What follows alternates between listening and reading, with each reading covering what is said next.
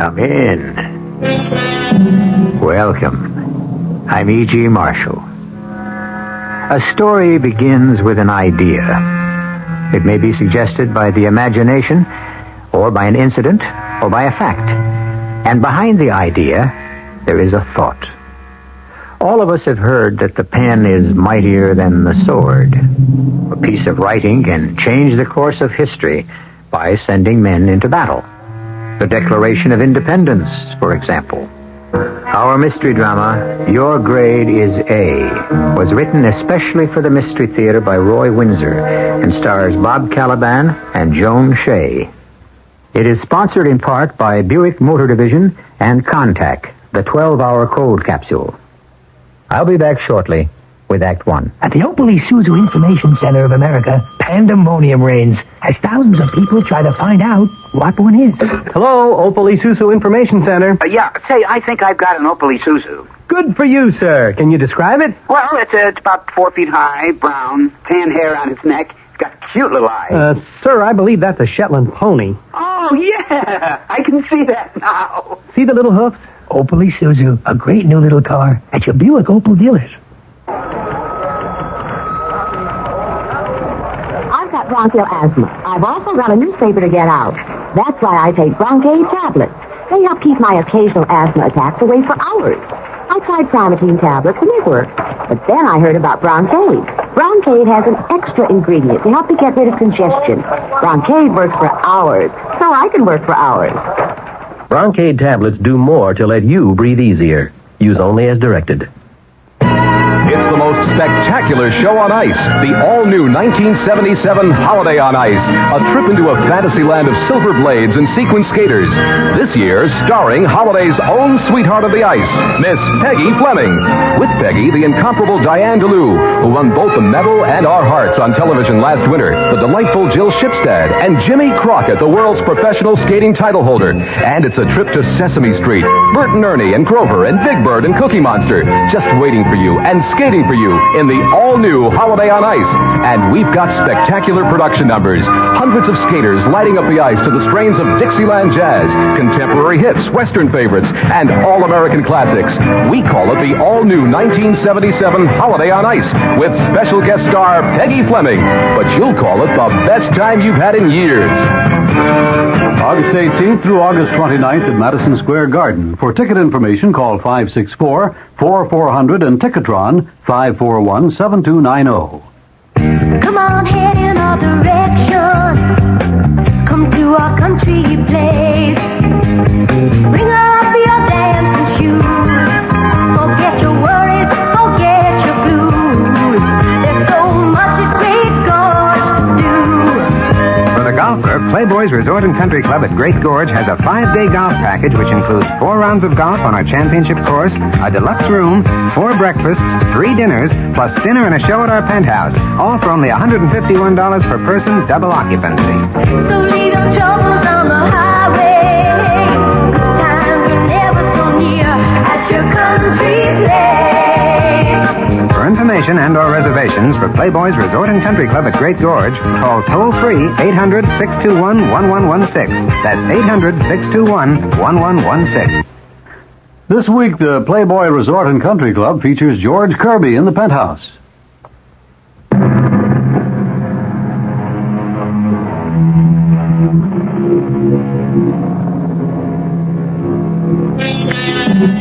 There are many good correspondence schools with conscientious instructors to match. The student completes assignments and mails them in for criticism and encouragement. Silas Butler, who is 48, is one of many students whose writing efforts are carefully scrutinized by a young instructor named George Monroe. He does not know Butler personally, so the news of Mrs. Butler's death is to him only odd. But to her close friend, Judith Palmer, it is tragic and bitter. Well, Kent? Now, don't take that tone, dear. You'll have to pay Silas your respects. He's dazed by her death. Well, he won't be for long. That's unkind. Now, Silas knows how you feel about him. Let bygones be bygones. He's lost his wife. He lost her a long time ago. I refuse to believe she took her own life. Oh, she had reason to wish to be dead, but Molly never would have done a thing like that. Locking herself in the garage and starting up the car. All right, if it makes you feel any better, say it was an accident. Now, it's 11 o'clock. I must get to work. What did you and Silas talk about from 8 until now? Not very much. I tried to console him, but, well, there isn't much to say in the face of a death. Oh, poor Molly. Oh, it's so unreal. Believe me, it is to him, too, and to me. If the two of you hadn't been so buried in that chess Oh, no, game... no. Our game had nothing to do with what happened. Except to leave Molly with an empty evening. Where was she going, Kent? Did she say? No. Silas and I were in the library. From the door, she said she was going for a ride, and she said good night to both of us. When was that? Oh, it's about 8 or so. At 9:30, Silas walked me to the driveway, and he noticed that his garage door was closed. It's a detached garage, as you know, 100 feet down the driveway. And he seemed concerned. He asked me to walk with him to the garage. And you found Molly on the cement floor? Yes, after Side shut off the car engine, and we let the carbon monoxide escape. Oh. It was a thick haze. And then we went in and dragged Molly into the fresh air. If you dragged her out right away... It wouldn't have done any good. Carbon monoxide can poison a person in less than 2 minutes. If the person who's trapped can't break a window or open a door in 6 or 7 minutes, he or she is dead. You know that for a fact? Yes. I checked my medical dictionary late last night. As Silas's attorney, I had to inform myself on the subject. Molly was smart enough to know about carbon monoxide. Why couldn't she have escaped? Oh, because she didn't want to. Oh. You cling to your belief that it was an accident. Go ahead. I have to, darling. I knew Molly. Then why was the garage door shut? Why didn't she open the door? Well, garage doors can stick. Ours does sometimes. That block that goes into the cement floor often won't budge. Oh, I've scuffed my shoe many times trying to release it. Now, something like that may have happened. Then Molly would have tried to break a window. But they're up high and small. Is there a regular door, a house door on the side of that garage like ours? You know, the one that opens into the storage space for garden supplies? Oh, I think there is, but we didn't check. Oh. We got Molly out, and Silas ran into the house to telephone their doctor. And after that, it was pretty hectic. The doctor, the police, an ambulance. It was quite awful. Zach was very kind to Silas. Oh, I'd forgotten Zach was the police officer in charge. What does Zach think? I don't know. It seemed obvious to all of us. Well, it's not to me. Oh, Judith, you can't deny the facts. Yes, I can. Because what happened just wasn't in Molly Butler's character.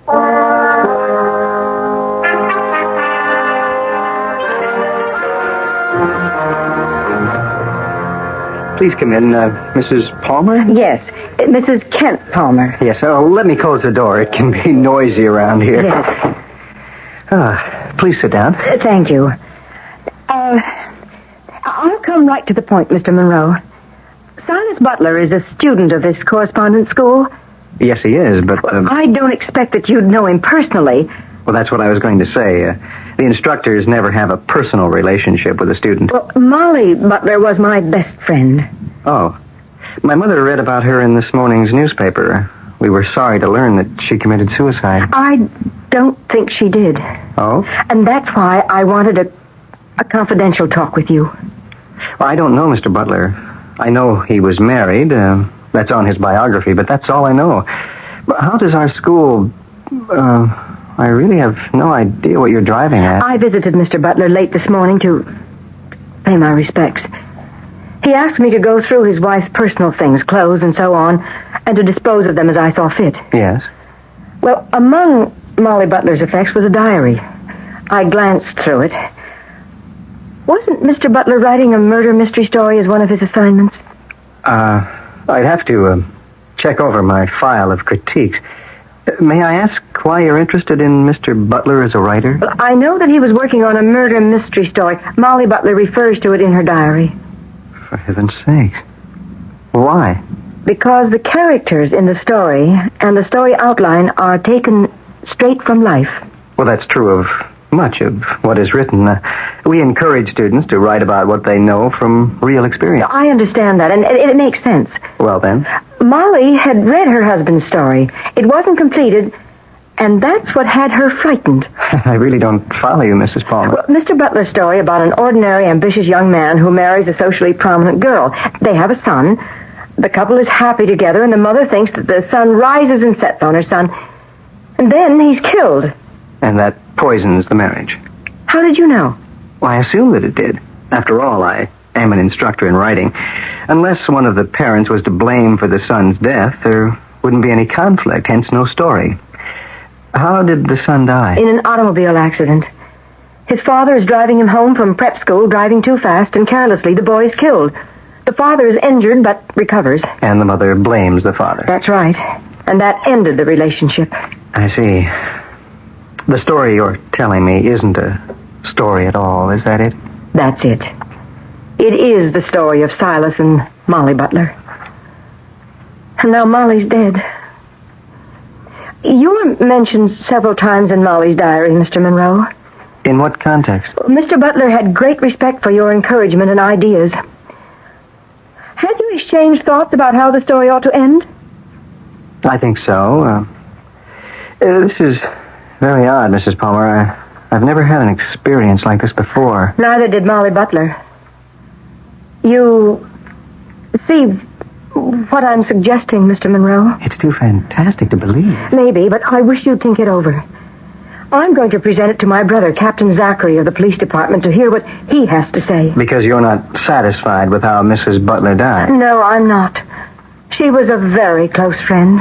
She's dead now. I owe it to her to find out how she died.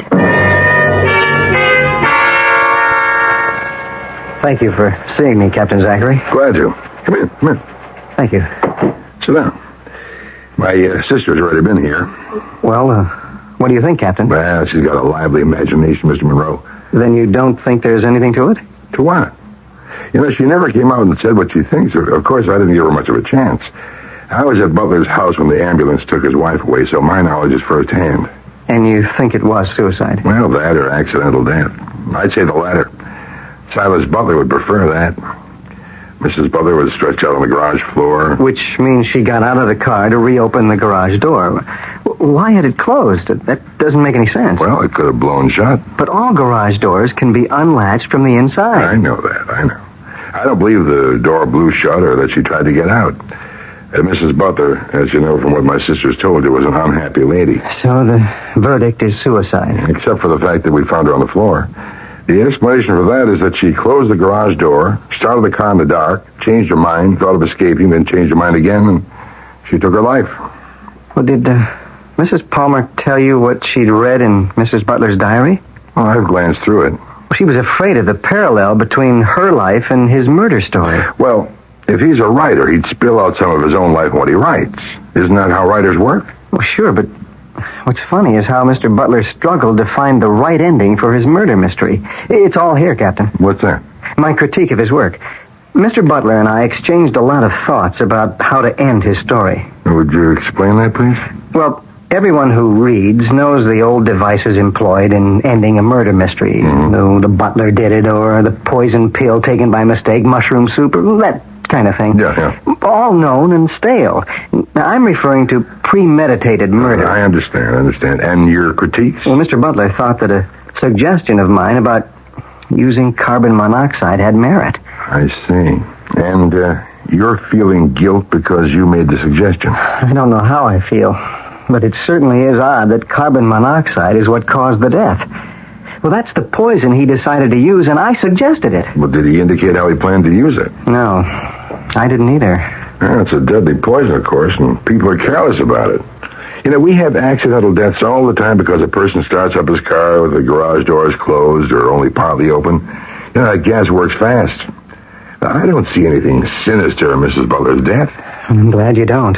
It makes me feel better. You know, my sister seems to think that Mrs. Butler's death wasn't suicide or accidental death. You know what's left. Yes. And that's a very serious implication. I know it. And I hope she's wrong. Look, leave your critique, huh? I'll see if I can make a matchup between your suggestions and what happened. But I don't like it. I know Silas Butler. I don't think he'd commit murder.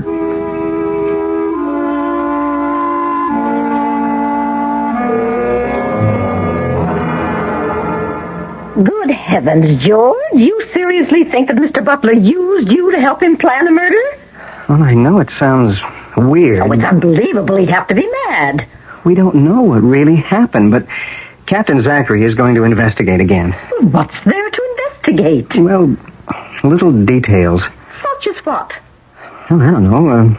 For instance, why was the garage door closed? Well, because the poor woman trapped herself and was dead before she could get it open. But that doesn't make sense. A person doesn't go into a garage to get a car and close the garage door before the car is backed out. Well, not unless the person wants to take his own life. It's obvious. That's why the report was suicide. But Mrs. Butler was found on the garage floor. Well, you're just looking to make a mystery out of a simple tragedy, George. Yeah, maybe. Of course you are. Mrs. Butler went into the garage, purposely closed the garage door, and started up her car. How else could the garage door have been closed? Oh, will you and Mrs. Palmer next imagine that someone waved a magic wand and closed it?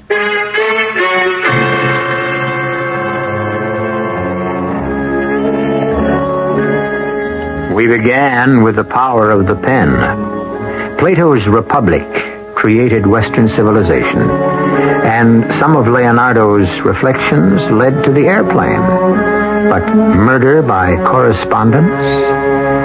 Or are Mrs. Palmer and the writing instructor, George Monroe, imagining the idea when the evidence does not support it? We'll find out when I return with Act Two. Tired of deodorant sprays that seem to miss their mark?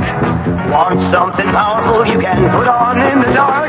Shift to the English leather stick. The stick shift is on. English leather's got the stick that'll always protect you. With the English leather scent, they'll never forget you. Shift to the English leather stick. The stick shift is on. There are 3 good reasons to shift from an expensive deodorant spray to English leather deodorant stick. 1, English leather goes right where you want it, so there's no waste. 2, it's concentrated to give powerful protection. But the best reason of all is right under your nose. The famous fresh clean scent of English leather. English leather's got the stick that'll always protect you. With the English leather scent, they'll never forget you. Shift to the English leather stick. The stick shift is on. Look for the English leather deodorant stick at your favorite toiletries counter. Even these days, there are ways to save money. Interested? Well, one way is to keep your car well-tuned with AC firing spark plugs, because AC spark plugs not only help improve your car's performance, they could also help save gasoline. So see your AC Delco serviceman. Get a tune-up with AC spark plugs today. In the Bay Ridge section of Brooklyn, see Rudy, Ralph, or Anthony at Mr. Bargain Auto Parts, 1083 60th Street. Call 436-5700 for a complete selection of AC Delco products.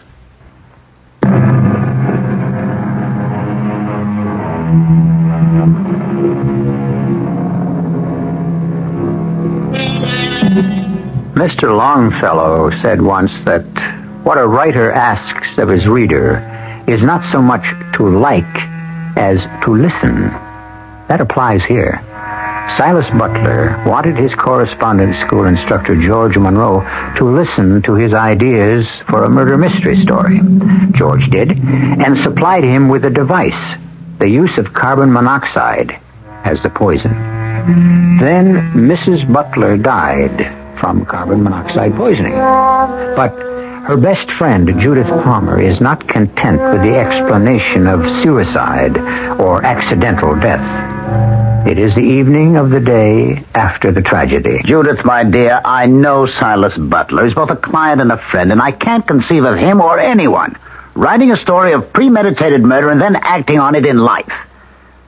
All right, what does the writing instructor say? Well, he's puzzled because it was he who suggested carbon monoxide. I see. Then if he's a writing expert, have him figure out how it was done.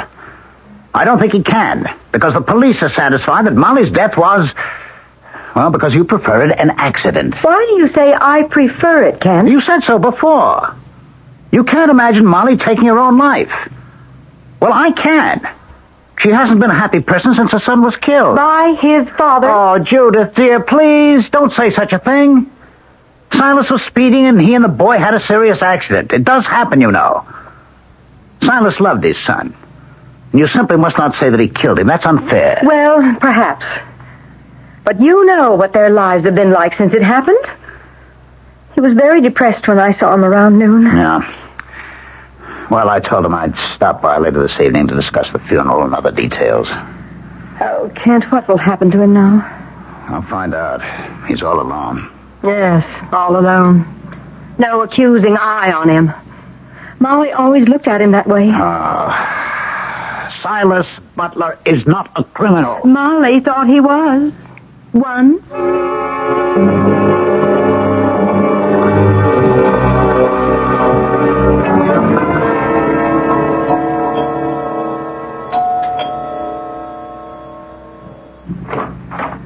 Oh, Kent. Come in. How are you, Silas? All right. You alone? Yes. Family arrives tomorrow. Molly's relatives. I've only got my mother. Let's sit down. You sure you're all right? Oh, yes. I'm still stunned. This will hit me later on, all its reality. Thanks for coming over. Judith stopped in about noon and took charge of Molly's things. I'm grateful to her. She's grief-stricken. Do you feel up to talking? Yes. What about you, Sanderson? I don't know. Sell the house, of course. I can't go on living here. Ever since that automobile accident, life's held nothing for me. Molly never recovered from the loss of our son. All that sustained her was her loathing for me. I'll always see her accusing eyes. Oh, now, Silas, you'll forget that in time. I hope so. It was an accident. I'm to blame for that, but do you think I wanted to have my son killed? I'd rather have died myself. I wish I had. I know. Why last night? Pardon? Why did Molly choose last night to leave the house and have this accident? I can't answer that. She'd been going into long periods of depression. I don't know why she went out. She often did that at night. Just to escape? Yes. She didn't want to be with me. Well, did she object to our chess game? I don't see why she should have. Playing chess is a better way to spend an evening than most other ways. You thrashed me last night. Moving your knight to Queen Bishop 3 was a mistake, you know. Yes, I guess it was. Oh, you didn't think so at the time. You got up and walked over to the library window. I did? I've forgotten. Yes, you did. I wondered at the time why you left the chessboard, and I asked you. Don't you remember what you said? I can't say that I do. Well, you said it was checkmate and that the game was over. Even though I had a rook bearing down on your knight. Still, you moseyed over to the window with an air as if you'd won the game. You do remember that, of course. Sort of, yes. Yeah, and then you looked out the window. What's that mean, Kent? Well, that was only a minute after Molly left the house. Isn't that right? Yes, I think it is. Why? Well, the library windows command a clear view of the garage at the end of your driveway. Yes. Was the garage door open? I don't think it was. If I thought anything, I'd have figured that Molly had already left. Why? Well, we should have investigated. How could we have anticipated any trouble? I've never given much thought to whether or not the garage door was up or down. Why should I have? Do you? No. Well, you got a point. Mine is that by the time I checkmated you, Molly was in the garage, dead.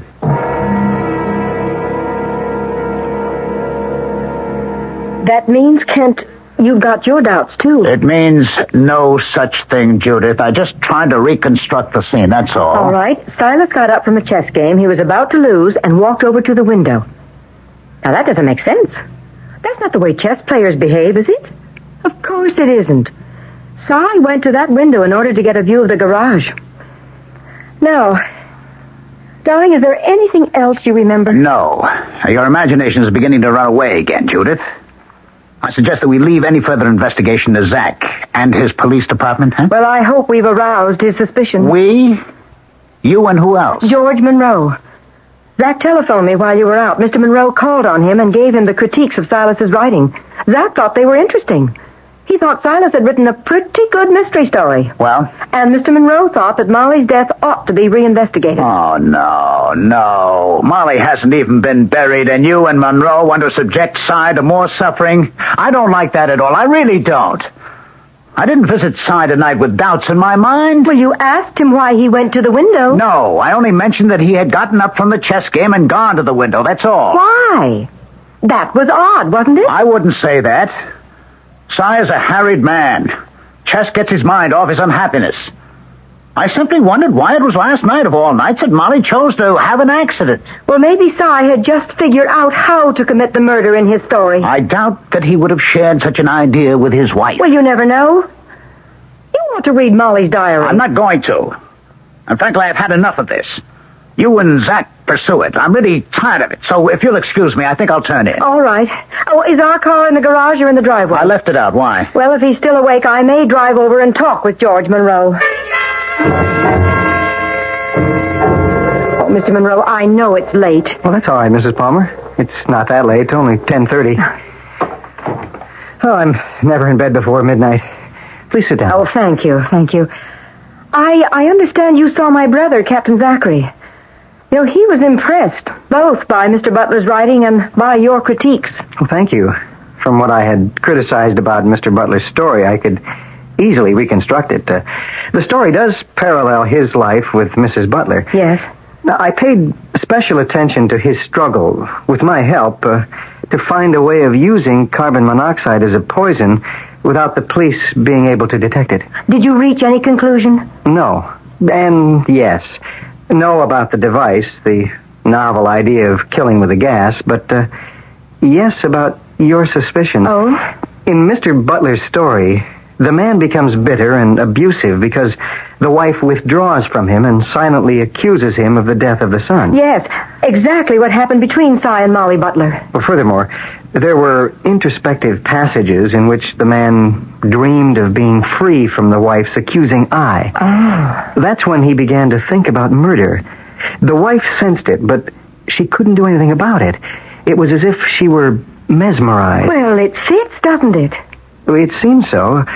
What strikes me is the psychology of the thing. Was he guilty of the boy's death? Through negligence. It wasn't deliberate. And Mrs. Butler never overcame her loss? No. Well, as you said, it fits. But how do we prove it? Well, Captain Zachary is reinvestigating. Oh, it needs more than police investigation. It requires some kind of creative inspiration. How it was done. That's right.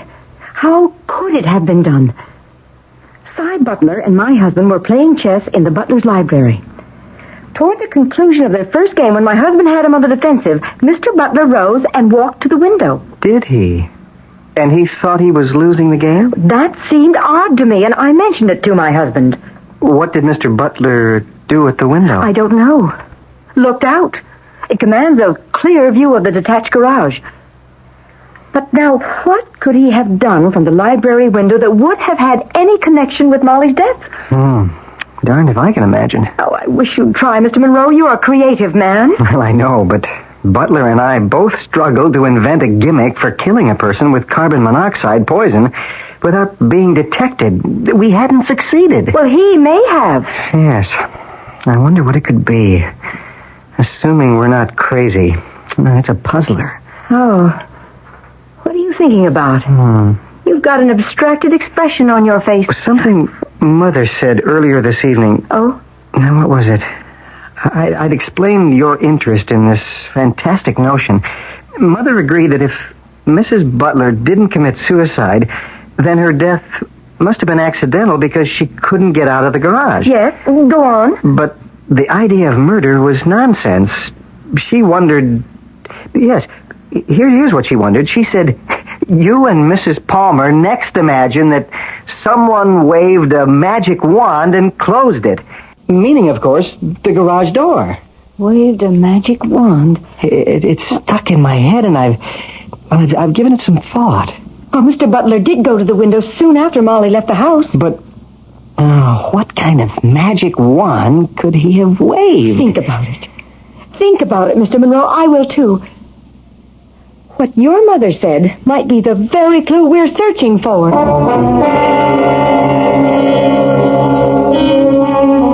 Judith Palmer has known Silas Butler for many years, and she knows him as a rather insolent man. We don't know that. With his friend, Kent Palmer, he seemed to be like any man suffering from a grievous loss. But according to what he has written, and from what we have learned from his wife's diary, Mr. Butler might be capable of committing a major crime. How is the question? I'll return shortly with Act 3. The following is a test. Please answer all questions truthfully. Question 1. Which of these do you like most? Rowboat, dentist, Opal Isuzu? Question 2. If you and 3 friends wanted to take a nice trip, would you take turns carrying each other, take turns throwing each other, or buy an Opal Isuzu? Question 3. Given a choice, would you attend a lecture on good posture, hurt your foot, or buy an Opal Isuzu? If you answered Opal Isuzu to all 3, see your Buick Opal dealer and take a test drive. Otherwise, see someone else. Of all times to get hemorrhoids, why? Pregnancy is a major cause. What helps? Well, since you're expecting, ask your doctor before using any medications. My sister used Preparation H. For many women, Preparation H relieves occasional pain and itch for hours. Sounds good. Preparation H does more. Actually helps shrink swelling of hemorrhoidal tissue caused by inflammation. Even better. Preparation H helps shrink swelling of hemorrhoidal tissues. Use only as directed. That AMCO is big. The world's biggest transmission specialist. With over 525 service centers in the US of A and Canada. So no matter where you go, from New York to LA, from Ontario to Texas, AMCO's got you covered. Nobody else is that big. Nobody. So if you have trouble with your car's transmission, you can usually get one-day service from AMCO Transmissions. AA MCO. Jets fans, this is Dave Herman. Tickets are on sale for the New York Jets-Washington Redskins game at the new Yankee Stadium. They are on a first-come, first-served basis. You can order them by mail, but do it now by writing the Jets ticket office at 598 Madison Avenue, New York, zip 10022. Or you can go to the ticket office and pick them up in person. They are also available at all Ticketron outlets. And if you're going out to the stadium for the game, take WR Radio along and double your fun.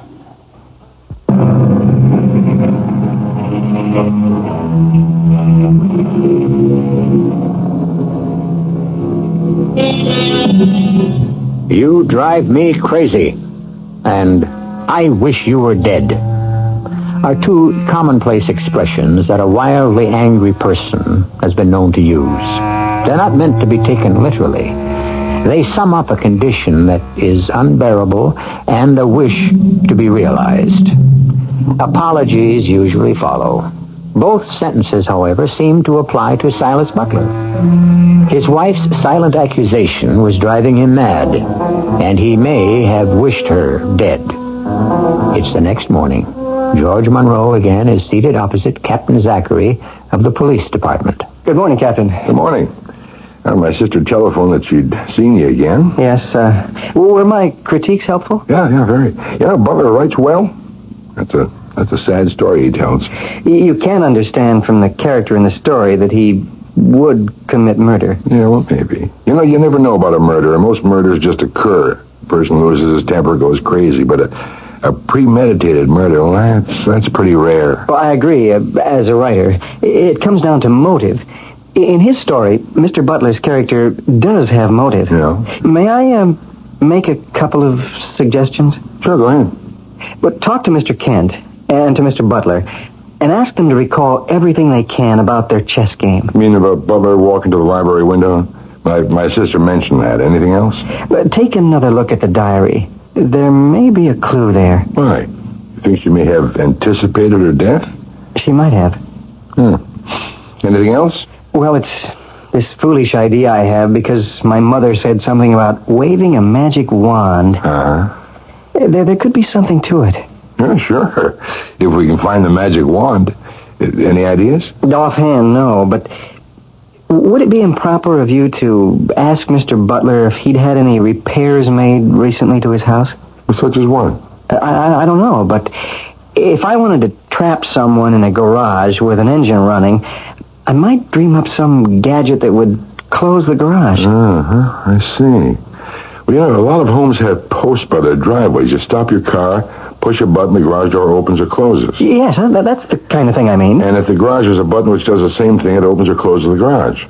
Do you know if the Butlers had that kind of device? No, but I'll find out when I examine the garage. That's a good suggestion, Mr. Monroe.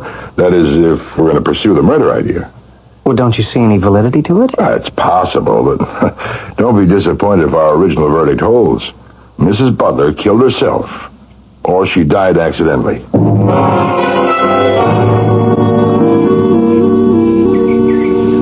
Oh, Zach. Come on in. No, let's stay out here, huh? Well, how are you, Si?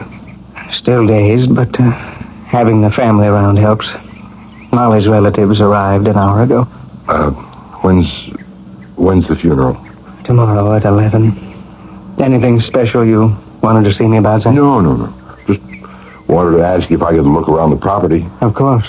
In the garage? Yeah, I'd like to, look it over. You don't mind? No, feel free. It's closed. Punch the button on the side of the door, on the upright. Oh, you've got one of those, huh? An electrically operated door. Yes, very, very convenient. Well, what's your interest, Zach? Oh, just satisfying myself. My sister was Molly's best friend. And she can't believe what happened. Neither can I. Any of us. You've given your verdict, Zach. I don't understand why. Well, assuming that Molly did not commit suicide. I don't want to believe that either. I prefer to believe it was an accident. She had gotten out of the car. We found her on the floor. Yeah, well, what bothers me, Si, is why she couldn't have gotten out of the garage. Carbon monoxide can poison in a minute and a half. You know that for a fact? Well, yes. I've done some research. For a story I've been writing, I take a correspondence course. It was just something to do. No, that's true about the poison, In 6 minutes, a person is dead. So there's Molly sitting behind the wheel of the car with the engine running and the garage door closed. See, what I can't explain is why she didn't shut off the motor and get out of the garage. Well, neither can I. But what's even more strange is why she was at the wheel and the garage door was closed. Yeah, that is mighty strange. Could the garage door have come down by itself? I don't know. I suppose so. You know these gadgets. Sometimes they work, sometimes they don't. Yeah. Is there a switch inside the garage for raising or lowering the doors? Well, sure, but what if it didn't work? Any other way of getting out of the garage? Well, there's a regular door on the side of the garage toward the back. We kept it locked against prowlers. Okay, I'll look around again. I said the other night how sorry I was about Molly. I'm just as sorry for you.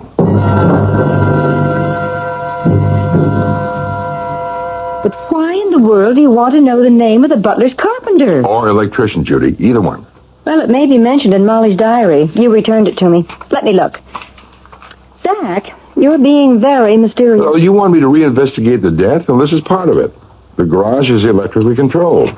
Of course, now I remember it was modernized about 2 months ago. But what does that have to... Oh, here it is. Yes, Mr. Day did the work. Molly writes here that he installed an overhead door and... Yes, it works by electricity. Push a button and it operates. And there's another switch on a post at the entrance to the driveway. Or there was. They had it removed. Yes, it was an attractive nuisance. Children used to punch the button just for fun. The door was always going up and down. Mr. Day was the carpenter.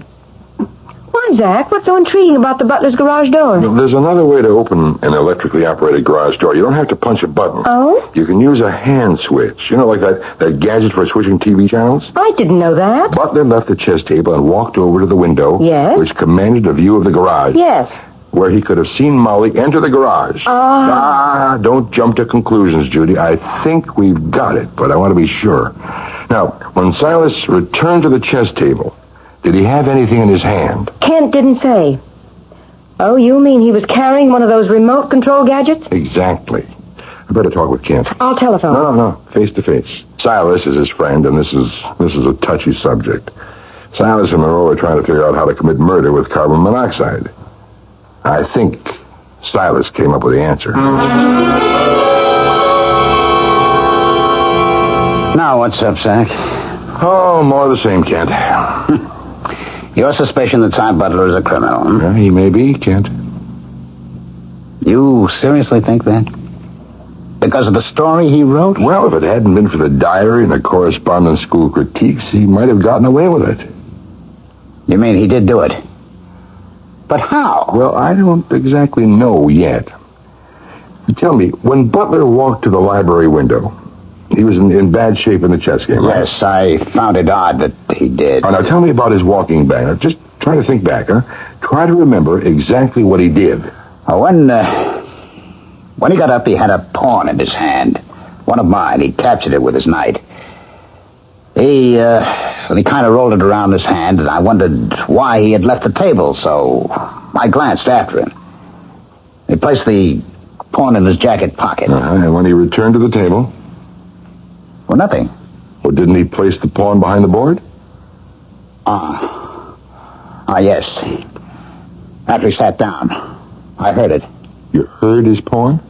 Well, I mean, it clinked in his pocket against his cigarette lighter. Oh, a wooden pawn against a lighter? No, a metal pawn. I didn't like size chess set because it was made of metal alloy, and the pieces were quite dramatic, but I prefer the traditional wooden ones. Mm-hmm. Oh, what did he do? I told him not to squirrel away the pawn. And he said, he took it out. With the lighter? No. That's funny. When we set up for the next game, he asked me for a light. Oh, then what he had in his pocket wasn't his lighter. Well, come to think of it, no. That is funny.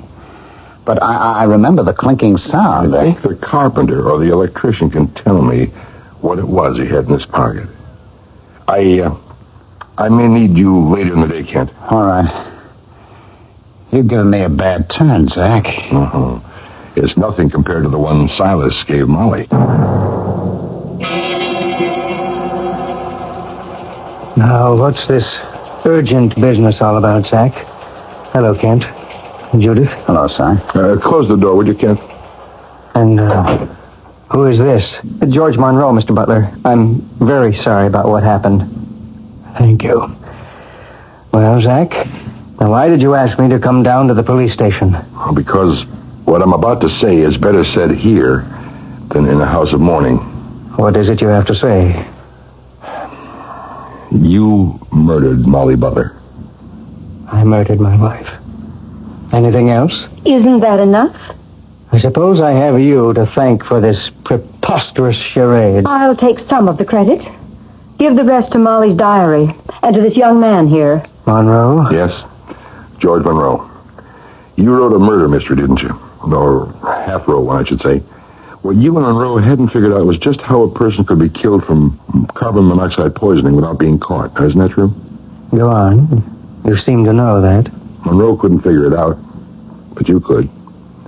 The idea came to you after Mr. Day remodeled your garage. He installed overhead sliding doors which can be opened and closed by touching a switch. Certainly. Where's the mystery? Well, Day also supplied you with remote control switches. You hold the switch in your hand, press a button, and the door goes up or comes down. And that's how you close the garage door with Molly seated behind a running engine. Oh, Zach, that's preposterous. No, it isn't. Not for a rejected man. You came to hate Molly. Because she hated me. And you murdered her. You closed the garage door. She could have opened the door by pressing the button on the inside. Not if you held down the close button and neutralized her switch. And that's what you did. Kent, how long was he at that window? 3 or 4 minutes. Yeah, more than enough time for Molly to become dazed, and then she panicked. And from the story you were writing, she knew you planned her murder, and there she was with you carrying out your plan. She was between the back of the car and the garage door praying that the switch would work. And it didn't, because you had neutralized it. And even then, she must have tried to turn off the car engine because we found her on the floor next to the front door. Kent's my lawyer. When you took the pawn out of your jacket pocket, it clicked against something. Yes, my lighter. Then why didn't you use it to light your cigarette instead of borrowing a match from me? Because you didn't have your lighter, Si. That pawn clicked against your remote control gadget. And let's not overlook the garage side door. You had locked it. And don't repeat that the door was never used. It was used all the time, because it opened in on Molly's garden supplies. Anything more? Molly didn't have the remote control switch with her. Had you told her it had been mislaid? You can't prove... Oh, yes, I can. Yes, I can, Si. Your own story. Your talks with Mr. Day about the use of the hand remote switch. And Molly's diary. We'll find both switches, and I imagine the key to the regular door. Si, you're under arrest for premeditated murder.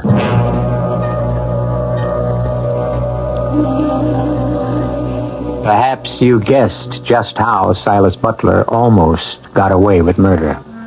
But what a strange way for him to get caught. A piece of writing undid him. That and Mrs. Palmer's evaluation of the characters of Silas and his wife. And although Butler, in his way, was a tragic figure, murder is an intolerable offense. Confronted with the evidence against him, he made a full confession. I shall be back shortly. If you're thinking of buying a home, but the cost keeps you thinking, you may find the current Family Circle magazine of considerable interest. It features a comfortable 3-bedroom house, which includes living room, family room, 2 baths, utility room, wall and floor covering, even drapes. And the price? Well, it ranges from $22,000 to $25,000, depending on where it's to be put up. The reason it's so reasonable is that it's built in a factory. Family Circle lists 50 locations across the country where this very attractive home can be inspected. Now, for those in need of a bit of body rebuilding, the issue offers Jack LaLanne's 9 best spot exercises. There's the fencer's lunge to firm thighs and hips, the chair push-up for arms, shoulders, and chest. A simple 20-minute per day program to keep us in shape. The September Family Circle, with that golden harvest casserole on the cover, is now at your supermarket checkout counter. This is Jack Sterling for Family Circle, the world's largest selling woman's magazine. Give your hand to a friend. Give your heart to your love. Give your heart. Here in my hand is a little capsule. It's tiny, yet it contains enough cold medicine to help relieve cold symptoms caused by every known virus. Every known virus. It's Contact. The same 12-hour Contact you can buy. This year, Contact with its tiny time pills will touch more lives, help more colds than any other cold medicine, tablet or liquid. Think about that next time you're sick, sneezing, dripping, all clogged up. Then let us help you with real medicine, like Contact. We're number 1 in the whole world, for good reason. Give your hand to a friend. Give your heart to your love. Give your heart to Contact. It works all day, all night. Take home this direction.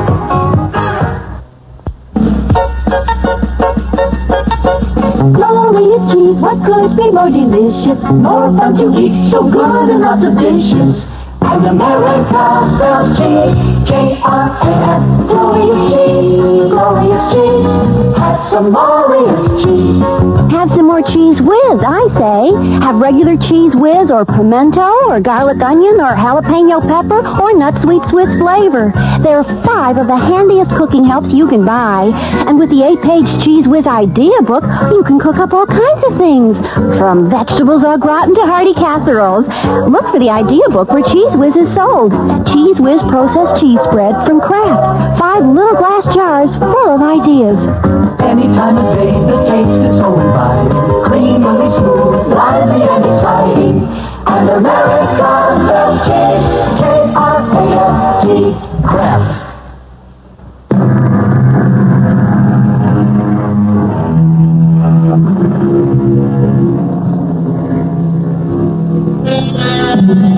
We've come full circle with the quote about the pen being mightier than the sword. A correspondence student finally completed his murder mystery, which was his plan for a real-life murder.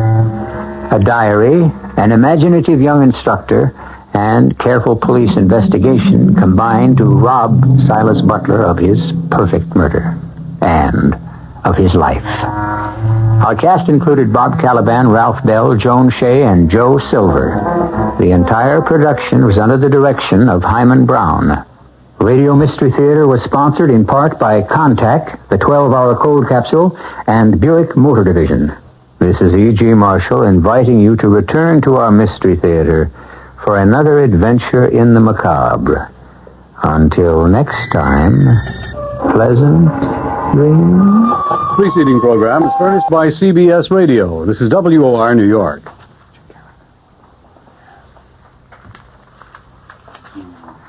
President Ford said to be getting closer to a first ballot nomination. Illinois delegate claims to have been offered a $2,500 bribe to vote against the president, and Senator James Buckley withdraws as a candidate. It's 70 degrees in clear mid-Manhattan. The man says it'll be clear and cool tonight with a low in the mid-50s. This is John Scott with the 8 o'clock edition of the news. President Ford is inching closer to victory at the opening of the GOP National Convention in his hot battle with Ronald Reagan for the presidential nomination. And an Illinois delegate says she was offered a $2,500 bribe to vote against the president on a pivotal rules proposal strongly backed by Governor Reagan and for which his strategists have been seeking maximum support. With only 48 hours left before the GOP chooses its presidential candidate, Mr. Ford began picking up scattered support as he and former Governor Reagan stalked the elusive few votes needed to clinch the nomination. Marie Goodloe, a widow from Chicago, said she'd been offered a $2,500 bribe to vote for a rules change which would force the president to reveal his running mate before the nomination ballot begins. She said the man who offered her the alleged bribe identified herself as a Reagan worker, but she said she didn't know him. Former Illinois Governor Robert Ogilvie, the head of Mr. Ford's Illinois campaign, said a second delegate was also offered a bribe but would not disclose his name. He was identified by others as Eddie Mac Jones of Chicago. He could not be reached for comment. John Sears, Reagan's campaign manager, said through a spokesman that the charge was absurd, that there is no truth to it. Mrs. Goodloe, who is a Ford delegate, said the alleged bribe offer kind of made me angry. I wouldn't sell my president out. Vice President Rockefeller is urging delegates to nominate a presidential candidate with broad appeal. In remarks prepared for delivery later tonight, Rockefeller says the party has been successful in electing a president when it avoided candidates who appealed to a narrow few. The convention will also hear tonight from Senator Barry Goldwater, the GOP presidential nominee in 1964, and the keynote address is to be delivered by Senator Howard Baker of Tennessee, among those the president is reported considering as a potential running mate. The man who's challenging James Buckley for the Republican senatorial nomination in New York says Buckley's brief flirtation with presidential politics will hurt his re-election chances, and Representative Peter Pizer says a move by some delegates to place Buckley's name in nomination at Kansas City represented an attempt by the ultra-right wing of the GOP to take over the party. Buckley said today he is not in the race for the nomination either for the number 1 or the number 2 post. Israeli state radio reports that Israeli patrol boats are blockading the Lebanese coast and stopping boats carrying weapons to Muslim forces. The broadcast says a few boats have been boarded in the past week and their cargoes of arms confiscated. The Israeli military has declined comment on the report. Earlier, Lebanese President Suleiman Frangieh declared his Christian forces will continue fighting until Palestinian guerrillas return to their refugee camps. Frangieh spoke on a Christian radio station amid reports of fighting around 2 mountain towns east of Beirut currently occupied by the Palestinians. A Christian broadcast claims a decisive battle is underway, but Palestinian leaders say there's only been routine shelling in the area. 3 major earthquakes have shaken Asia in 2 hours. The latest was in Indonesia, where the Seismological Institute in Uppsala, Sweden, says tremors measuring 8 1/10 on the Richter scale struck in the Moluccas, an island group in eastern Indonesia. Earlier, quakes were reported in central China and the Philippines. So far, there's been no report of damage or casualties from any of the 3 quakes. The WOR News Time, it's 4 minutes after 8. Beginning next summer, all new homes in New York State will have to meet new insulation standards before getting hooked up for electric service. The energy conservation regulations were adopted by the State Public Service Commission, which regulates the state's utilities and sets much of the state's energy policy. The new insulation standards are expressed in terms of the amount of heat lost per square foot of wall space. They apply to all dwellings regardless of the type of fuel used for heating. The standards are similar to those already adopted for homes heated by natural gas. Meanwhile, Con Edison has announced a program approved by the Public Service Commission which will allow the utility to advance up to $800 in loans to homeowners who wish to insulate their houses. The PSC says this makes very good sense in view of the energy shortage. A prisoner who escaped from Albany Medical Center Hospital today and later holed up in a house with a hostage surrendered himself 3 hours later without incident. The prisoner has been identified by authorities as 22-year-old Harry Wilson of New York City, who is serving a murder sentence at Great Meadow Correctional Facility in Comstock in Washington County, New York, when he was brought to the hospital about 3 weeks ago for treatment. Authorities said he made his escape from a shower while a guard was otherwise occupied. Another male hostage, who earlier had escaped from Wilson, identified only as Richard Coons, said the man had been armed with a knife. An unidentified woman also left the house, witnesses said. Wilson appeared from time to time in a window with a knife in hand as police surrounded the house. Karen N. Quinlan's father says that after deciding to disconnect the machine which he believed was artificially keeping his daughter alive, the hardest part of the ordeal was the court fight to make the decision stick.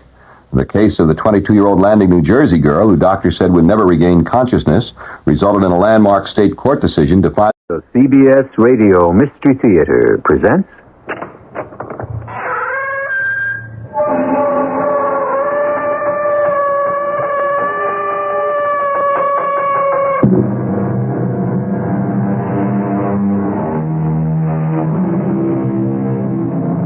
Come in. Welcome. I'm E.G. Marshall. Many of us in our work reach out for the unknown. A scientist involved in research is sometimes astounded by the results of his experiments. They turn out in ways he would never have predicted. Likewise, a detective looking for clues in an unsolved crime must be prepared for any development, even the most unexpected. These, Lieutenant, are the people whose backgrounds our organization was asked to investigate.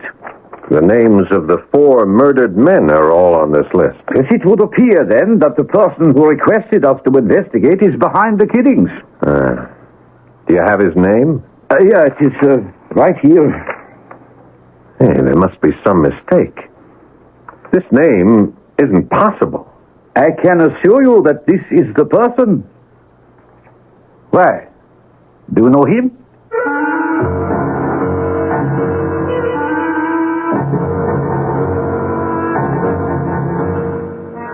Our mystery drama, Delusion of Reprieve, was written especially for Mystery Theater by Percy Granger and stars Paul Hecht. I'll be back shortly with Act 1.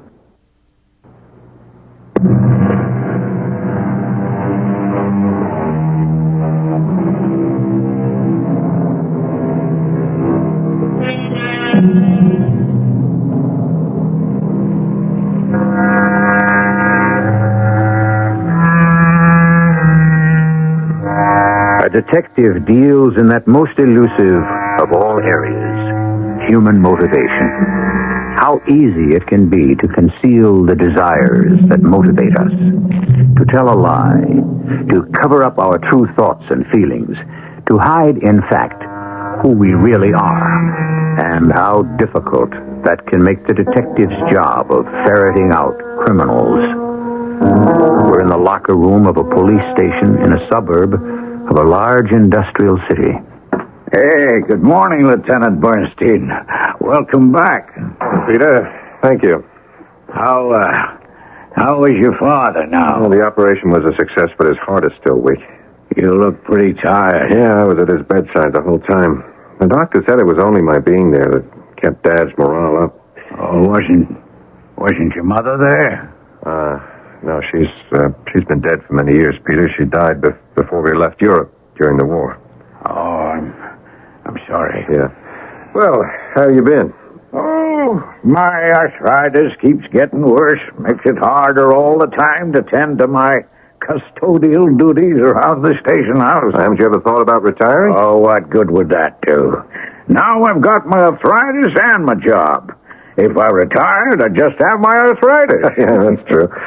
Captain Nolan in yet? Oh, yeah, he's already in his office. Any action around the precinct while I was gone? Oh, he didn't hear. Well, I haven't seen a newspaper since I left. There's been another murder. 2 days ago. Another one?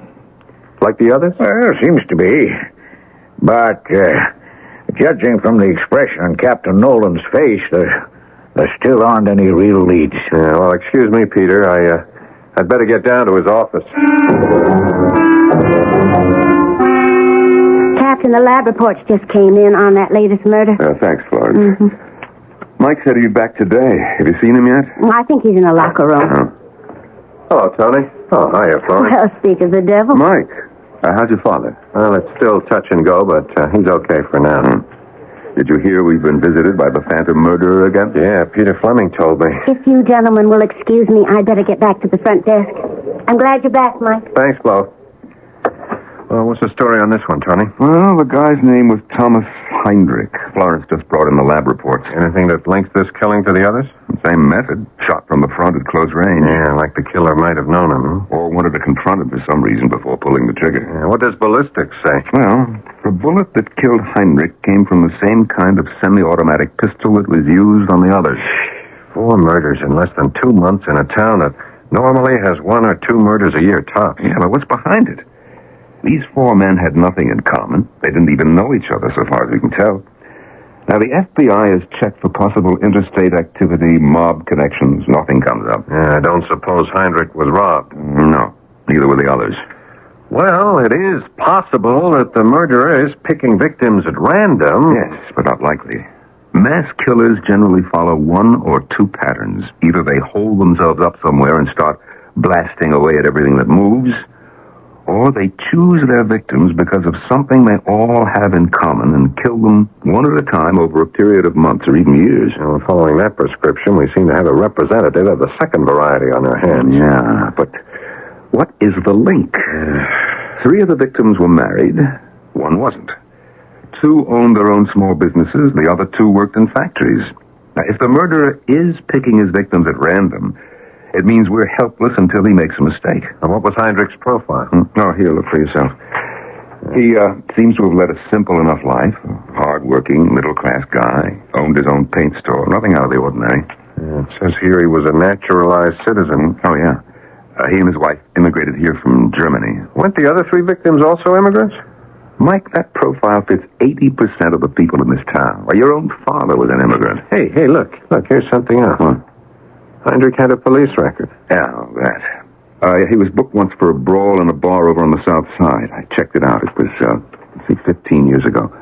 The bar isn't even there anymore. Well, it is interesting, though. Why? As I recall, the others all had police records, too. Well, they'd all been arrested once on various minor charges, so what? I've already considered that possibility. Heinrich was arrested in 1963 for brawling. Schulman was arrested in 1958, and Blotz in 1972, both for drunken driving. Let's see, the first victim, Gregor Wyszynski, was booked in 1958 in connection with some labor dispute at the factory where he worked. That's a 14-year spread, and the offenses are totally unrelated. What can you possibly make out of that? Nothing. Nothing yet, anyway. But anything these men had in common ought to be kept in mind. Obviously, we're up against a very clever person. I don't know, Tony. I almost think the guy's a lucky amateur. Why? He hasn't left a single clue, and there's yet to be a single witness. We're looking for patterns, right? Well, we'll look at this one. The first murder was 2 months ago. Then for 4 weeks, nothing. Then the second murder. And this time, in less than 2 weeks, the third, and a week later, the fourth. It's almost as if he were gathering courage. But what is it this guy's after? What's driving him to kill? He doesn't like immigrants from Central Europe? Oh, terrific. There are 40,000 of them in this town. Is he planning to kill them all? Yeah. Have you interrogated Heinrich's widow yet? No. Get your hat. That's where we're going now.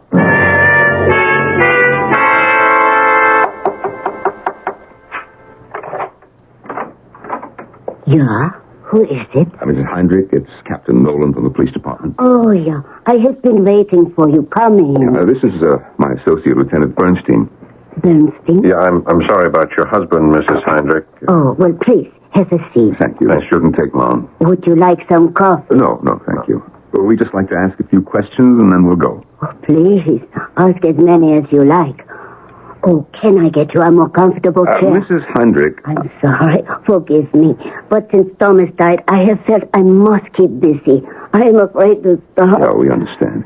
Now, first of all, is there anyone you can think of who, might have had a reason to kill your husband? That is a question I have asked myself 100 times. And every time the answer is no. I can think of no one. Did he have any outstanding debts? None. Our mortgage, insurance policies, they're all paid up. Everything we own is paid for. We were certain that he owed money to no one. I was the bookkeeper for our household and the store captain. No, I am certain. Miss Heinrich, Did your husband have any habits?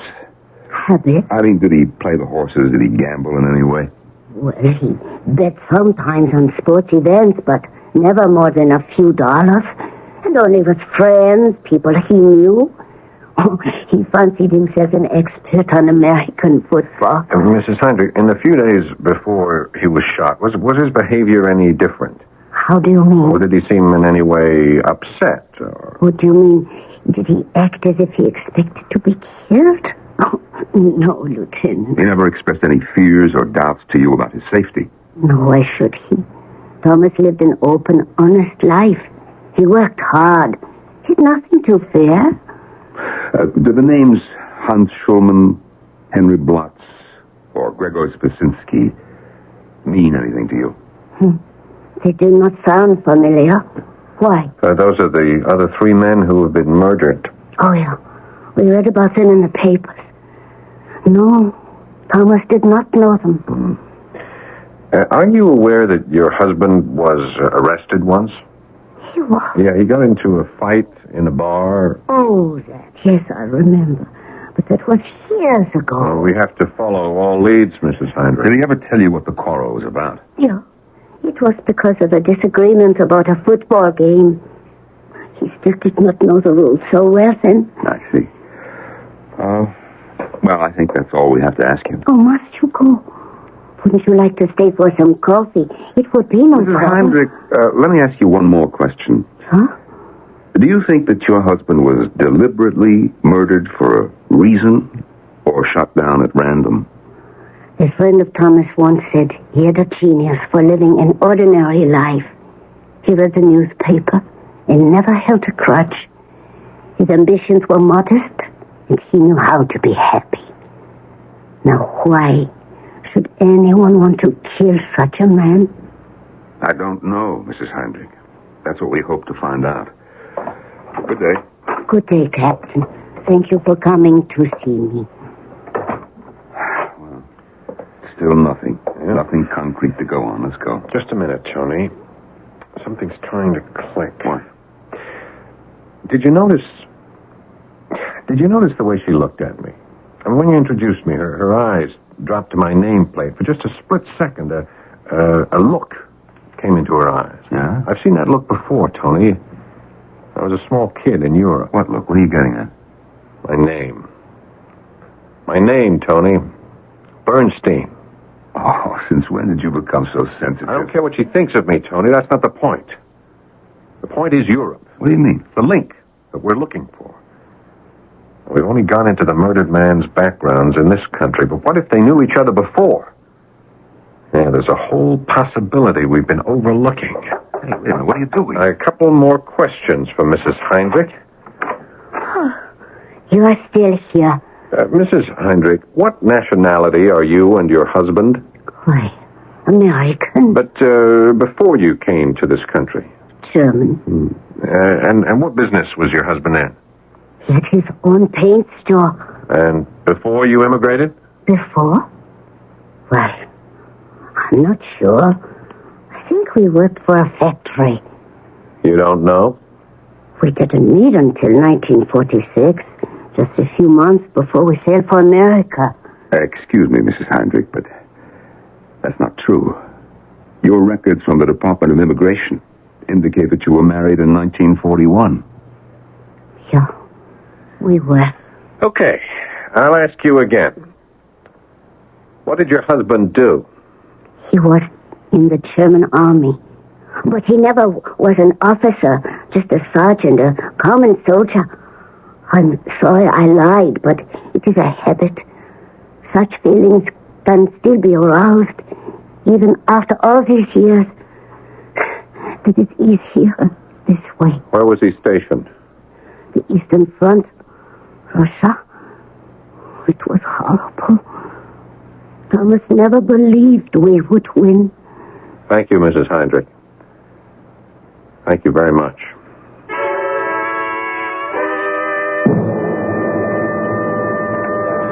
Oh, Florence couldn't leave the front desk, Lieutenant. She asked me to bring you the files on those 4 murdered men. Oh, thanks, Peter. Peter, would you stop by my office tomorrow morning before work? I've got to speak to you about something. Well, certainly, Captain. Thanks. Mike, I've got those files memorized, and I can tell you right now that you're not going to find anything that matches. Heinrich and Schulman were German, okay? Blotz was Romanian, and Wyszynski was Czechoslovakian. And look, they immigrated as early as 1946 and as late as 1962. But all after the war. I think it's a lead worth following up, Tony. I'd like to contact Interpol headquarters in Paris and see if they can come up with more information on these men. Go ahead, but don't hold your breath. If these 4 had anything in their past they didn't want known, they probably changed their names long before they left Europe. A lot of people did that, I know. If my hunch is correct, these men didn't. And that's why they're dead.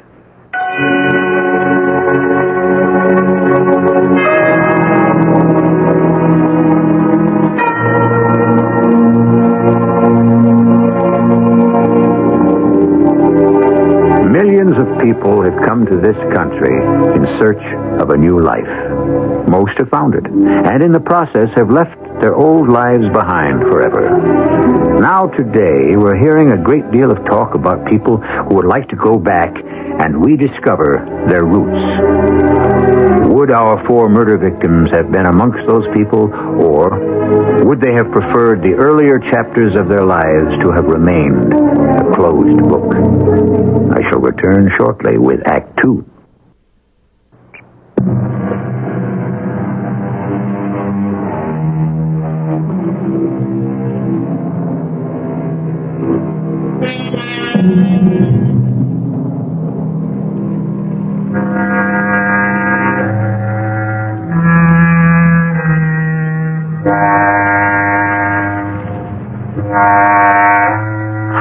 Unsolved murders. 4 men who apparently did not know each other, who apparently had nothing in common except the manner in which they died, all killed by bullets from the same gun.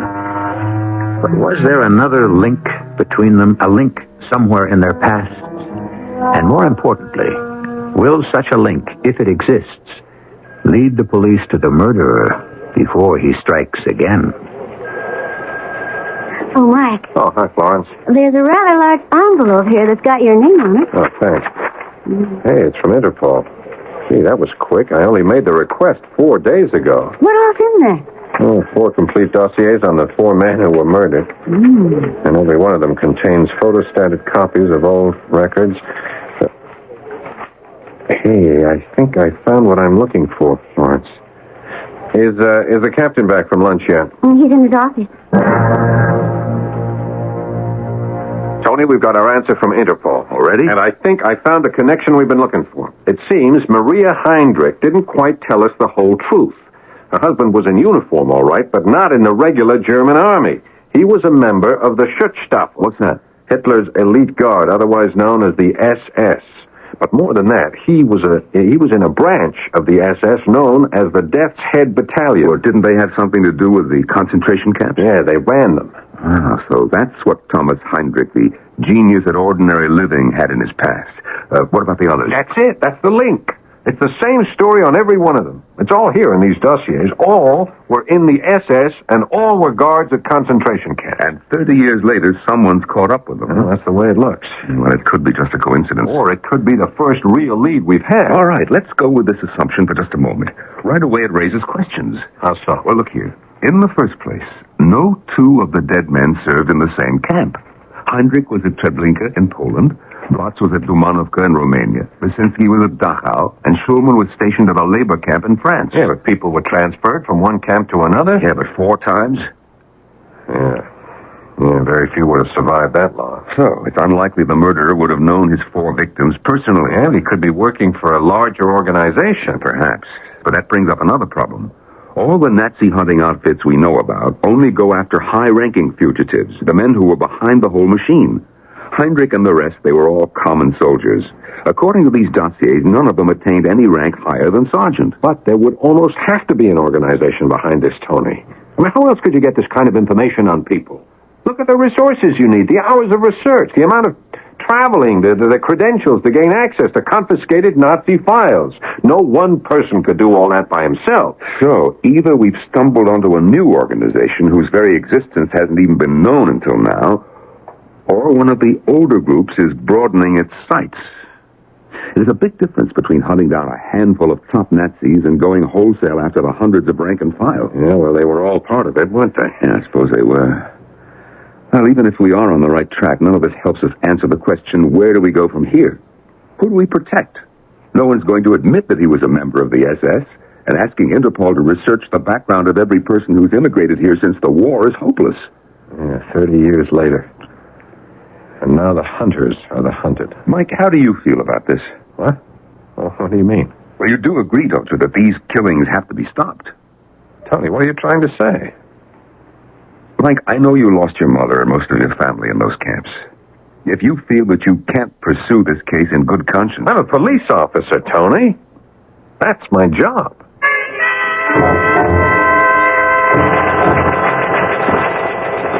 Hey, afternoon, Lieutenant Bernstein. Oh, hi, Peter. Do you mind if I go ahead with my cleaning up? No, go ahead. Is, something the matter? You're usually gone by now. It looks like we've come onto our first real lead on those murders. Well, isn't that good? Well, if our assumption is correct, there's a part of me that isn't sorry those men are dead. Does it surprise you to have such feelings? I was brought up to respect the law, Peter. Religious and secular. And now you're afraid, huh? Afraid? Well, that inside the man you've been taught to believe you are, there lingers the shadow of a primitive ancestor. Yeah. One who said an eye for an eye and... Well, there are always two possibilities to everything, aren't there? Maybe. But I don't see how it helps.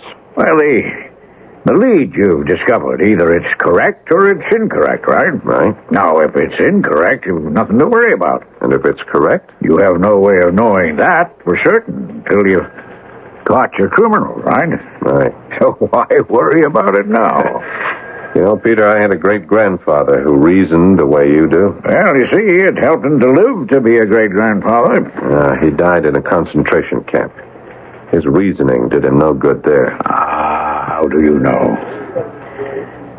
The mind is a wonderful thing. It can lift us out of the heaviest chains. Of course, the mind can also be unbelievably stupid and decide quite arbitrarily that a person is unfit to work because of his age. What? Oh, that talk I had with Captain Nolan this morning. Apparently there's a new law that makes it mandatory for certain state employees to retire at 65. Oh, gee, I'm sorry to hear that. I told the captain the law didn't apply to me. I'm not 65. I said I'm 73. You know, the silliest thing is, if you applied that law to the judge who upheld it, he'd have to retire too. Yeah. Well, there must be other things you could do, Peter. You're obviously an educated man. Oh, in my native Holland, I was a doctor of jurisprudence.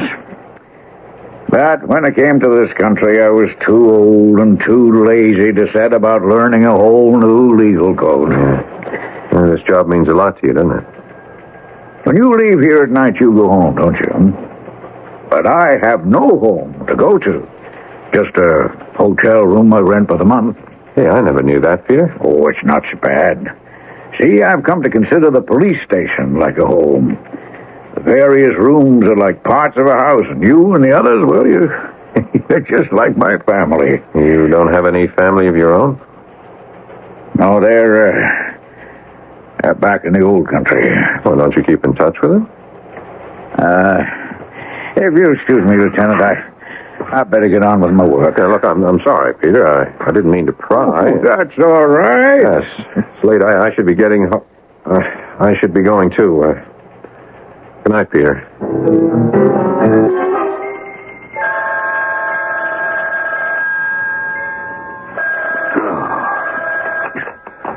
Hello. Tony, it's Mike. I have to see you right away. Mike? But it's 4:30 in the morning. Where are you? I'm at Kermit's Diner on Parsons Boulevard. Are you all right? What's happened? Well, just meet me here as soon as you can, okay? Tony, I haven't been able to sleep all night.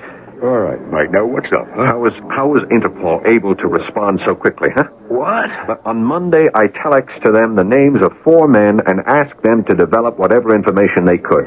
That's a process that should have taken 2 weeks minimum, and yet we heard back from them within 4 days. Now, why? So they're efficient. You woke me up for that? Well, don't you see what I'm getting at?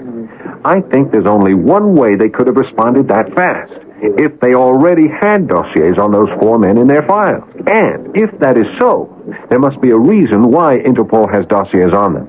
And someone at Interpol headquarters must know what that reason is. All right, it's now 5 a.m. Don't remind me. That means it's noontime in Paris. Now, if we get a wire off now, we should have a response later today. Mike, you don't have to prove anything to me. What do you mean? We're after a killer, aren't we? So what if the men he's killing were the cogs in a machine that destroyed 6 million people? He still has to be stopped. That's the law. That's our job. Mike, calm down, huh? All right, I'm sorry. My mind's been on fire all night. I feel like I'm racing with myself.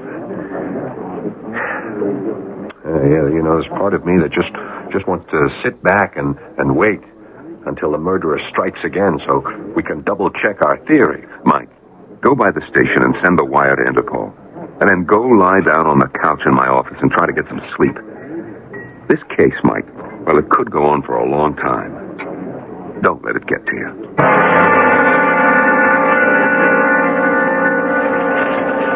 Anything yet, Forrest? Oh, relax, Mike. Look, it could be hours before you get a response from Paris. I'll wait. What time did you send the wire? 6 a.m.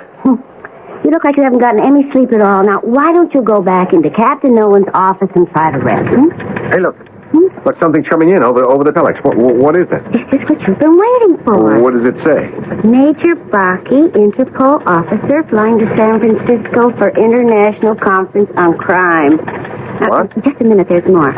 He'll be laying over for 2 hours at O'Hare Airport, and you'll have the information with him that you requested. Does it say when he's coming through? October 14th. Hey, that's tomorrow. What time? 2 p.m. Here's the flight information. Thanks, Flo. Oh, one other thing. Get me the number of the Records Bureau at the U.S. Department of Immigration, will you? There's something else I want to check out as well.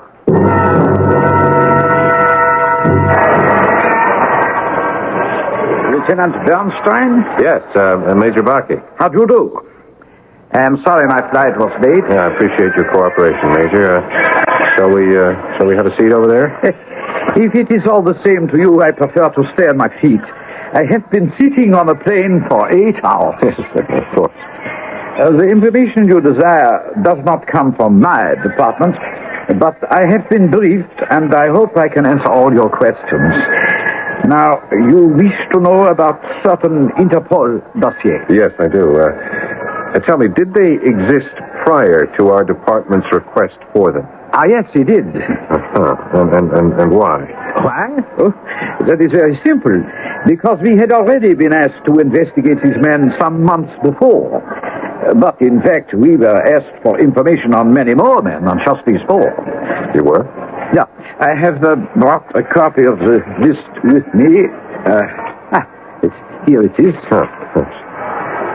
Why are some of these names crossed out? Those are the persons we could not trace, for whom no records could be found.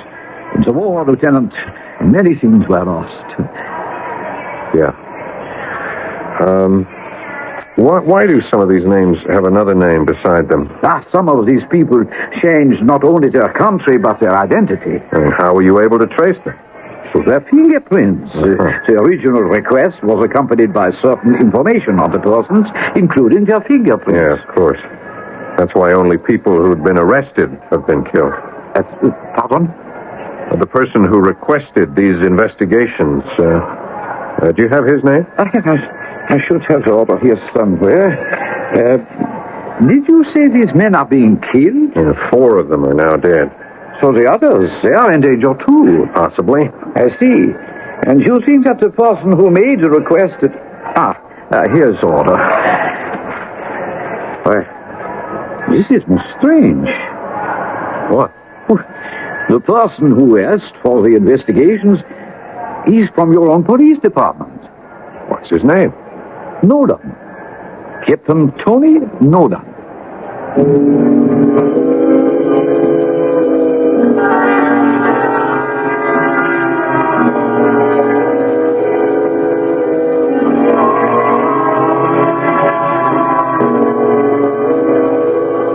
policeman's lot is not a happy one, opined Gilbert and Sullivan.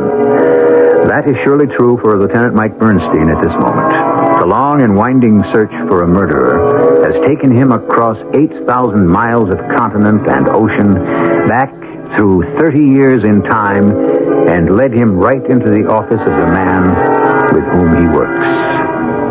I shall return in a moment with our final act.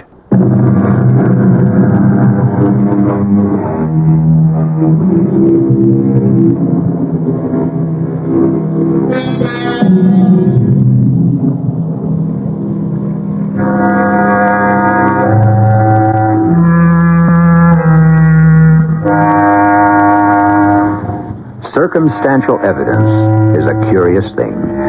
It can point overwhelmingly to a certain conclusion, yet, by definition, circumstantial evidence is always incomplete. It offers no smoking gun. And mystery fans know that many a story turns on the old adage, things are often not as they seem. The only problem is, just as often, things are exactly as they seem. So, which is it to be in our story? Well, that would seem to turn on what Lieutenant Bernstein decides to do next. But unfortunately, we won't find out just yet what that is. For when he returns to the police station, another shock awaits him. Mike? Hi, Florence. Is the captain in? He's waiting for you. Thanks. Well, was your trip to the airport successful? Yeah, I missed the rush hour traffic. Oh? The fellow from Interpol wasn't any help, huh? They gave me some information that's wrong. That has to be wrong. Well, I hope you don't mind the drive, because you're going back out to the airport in the morning. Oh, no. What for? You remember that officers' exchange program you applied for several months ago?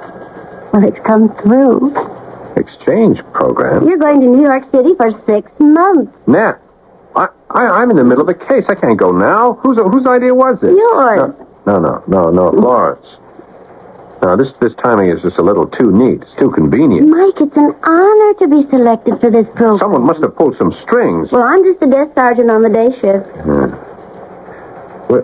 Was it Tony, Florence? What? Was it Captain Nolan? I mean, is he behind this? Oh, Mike, no matter how it came about, you know you deserve it. Is he? Well, just between us, Mike. I think the captain did make a few calls on your behalf. He knows how much you wanted it. I'll bet. Thanks, Flo. Oh, Mike, wait a minute. Something came for you while you were out. Oh, what? A wire from the Department of Immigration. Oh, thanks. Well, aren't you going to open it? Later. I have a couple of things to discuss with the captain first. Tony? Oh, Mike, how is your... Why am I being sent to New York? What? Florence says I'm going to New York tomorrow. Oh, yeah, congratulations. It's that exchange program you applied for. I know what it is, Tony. What I want to know is why now? Well, you've been on the waiting list for months. Why are you trying to get rid of me? What? Florence says you made some calls. Now, is that right? Well, yes. Why? Why, Tony? Okay, Mike, I'm sorry. Maybe I'm wrong, but I had to use my best judgment. What are you talking about? Have you looked at yourself in the mirror today? Don't change the subject. I'm not. Mike, you are a mess. You're unshaven. You look like you haven't slept. I haven't. All right, then. That's my point. Your wife called me today to find out if I knew what was happening to you. Well, what did you tell her? This case is putting too much stress on you. That's not true. Isn't it? Ever since we discovered the truth about those murder victims, you've been half crazy. Tony, am I doing my job or not? Mike, you are trying too hard, and sooner or later it's going to catch up with you. I am a police officer. I am trained, and I am in control of myself. You also lost your entire family except for your father in the concentration camps. Oh, Mike, I'm sorry, but I really don't want to watch you going through this. Your orders are being completed for the exchange program. You and Betty will leave as soon as all the arrangements are settled. Now, what about your meeting with Major Bakke? Did you find him? Yeah. Well, what were you able to learn? Nothing.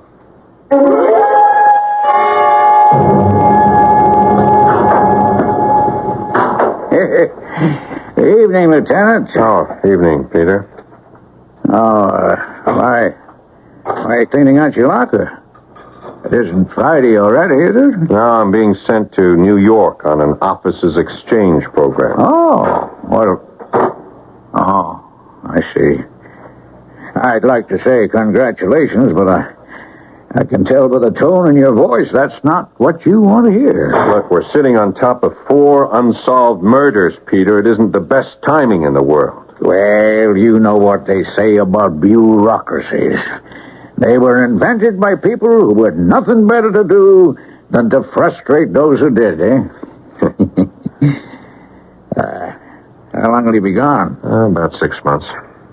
6 months, huh? Well, then, I guess we'd better say goodbye. What? Goodbye. See, I'll be retired by the time you return. Oh.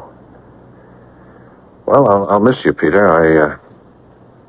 I've enjoyed our talks. I enjoyed them, too. Sorry you had to put up with so much from an old man. Peter, do you have a minute? Sure. All the time in the world. The dust will wait. Now, Peter, suppose I had proof on a guy that he was guilty of a crime I was convinced he hadn't committed. Well, and I'd say that either there's something wrong with your proof, or you're a bad judge of human nature. But I have the evidence. I got it in black and white. But you don't believe. I don't know. I was convinced of his innocence. That is, until I talked to him. Well, you confronted him? No. Well, maybe you should. That might be your answer. He'd never confess. He may not be guilty. How can I be sure? Well, now, is this person a friend? Yeah. Close friend? Yeah. Then it seems you must confront him. Otherwise, for sure, the only thing you'll ever be certain of are your suspicions. Yeah. Thanks, Peter. Oh, that's all right. Oh, you dropped something, Lieutenant. What? Oh, yeah. Oh, that telegram Florence handed me. I'd almost forgotten about it. What is it? More bad news? I'm afraid so. It's a wire that confirms something I'd almost forgotten about. You're right, Peter. A direct confrontation is going to be the only way to deal with this. Oh, Mike, I'm glad I caught you before you left. Are you? Now, look, you're going to be gone for 6 months. We aren't going to see each other. And I don't want you leaving under a cloud. Who says I'm under a cloud? Perhaps I ought to go clean up some... No, Peter. No, I want you to stay. I'll need a witness. A witness for what? Why are you getting rid of me, Tony? What? What's the real reason? Well, I've explained. No, Tony, I don't think you have. What are you getting at? You want me out of the way because I'm getting too close to the truth. Which is? Which is that you killed Heinrich and the others. What? Major Baki gave me the whole story. Now, you sent a list of names to Interpol and asked for investigations into their pasts. The 4 slain men all appear on that list. I sent a list. Well, this is crazy. Is it? Now, here are some photostats the Major left with me. And there's the list, and there's a copy of the order with your name on it. Mike, I swear to you I don't know anything about this. Well, that's not a very viable defense. I didn't even know those men. Why would I want to kill them? Yeah, that's what a jury is going to want to know, Tony. I'm arresting you for the murders of Thomas Heinrich, Hans Schulman, Henry Blotz, and Gregor Brzezinski. Mike, come off. I've had my eye on you for a long time, Tony. Why? You got a gun collection at home, don't you? Well, you know I do. You've seen it. And in that collection, you got a semi-automatic like the one used in the killings. No, I don't. A Croydon Spitz 38. You weren't very smart to use it, Tony. There's not many of those around anymore. What are you talking about? You thought you could get me off your back, didn't you? Well, I got an airtight case that's going to send you to the chair for the murders of 4 men. Lieutenant, you're making a mistake. I don't think so, Peter. I know exactly what I'm doing. Captain Nolan didn't kill those men. I did. I know. I know you did, Peter. You killed those men, Peter? Yes, Captain. How did you know, Lieutenant? Well, you told me yourself. You said if I was certain my friend was innocent, then there must be something wrong with my evidence. If Tony didn't send that list to Interpol, then it had to be someone with access to Tony's identity, his badge number, and the police department telex code. Let me take a look at that list. They're all from our files. I first began to suspect Peter yesterday when he was reluctant to talk about his family. I called the Records Bureau of the Immigration Department in Washington. This telegram here is their response. What does it say? It says they have no record of a Peter Fleming who immigrated from Holland. What's your real name? Obradovich. Piotr Obradovich. I am from Poland. And your family? My family?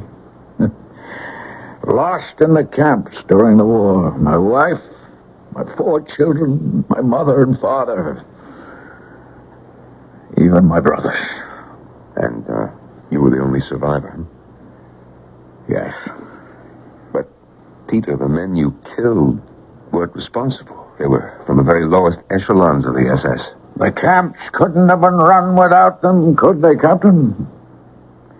Every person is responsible for his actions. Taking orders can be as much a crime as giving them. Mike, what was all this nonsense about my owning a gun like the murder weapon? I knew Peter would never just confess. But I didn't think you'd be able to stand by in silence while an innocent person was accused of his crime. I was right, Peter. Your sense of justice did run deeper than your thirst for revenge. The 4 men I killed lived for 30 years under the delusion that they had escaped all culpability for their crimes. And I disabused them of their delusions of reprieve. I have no right to expect to escape the same fate myself.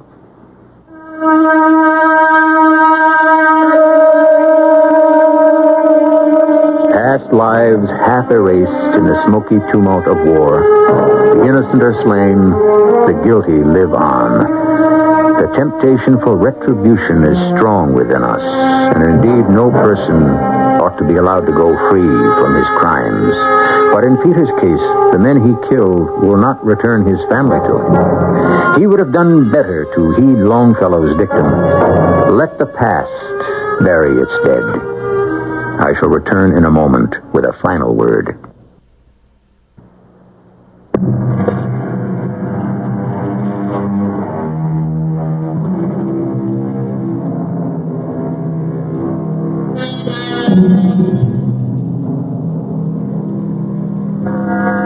Many of us live more than one life during our time on Earth. Conversions can change the man into a beast, and the beast into a man. But we are wrong to lay the praise or blame at the doorstep of circumstance, for each of us carries within himself the whole range of possibilities of the race, and therefore we must, as Pyotr Obradovich said, assume the responsibility for our own actions. Our cast included Paul Hecht, Norman Rose, Evie Juster, and Ian Martin. The entire production was under the direction of Hyman Brown. This is E.G. Marshall inviting you to return to our Mystery Theater for another adventure in the macabre. Until next time, pleasant dreams.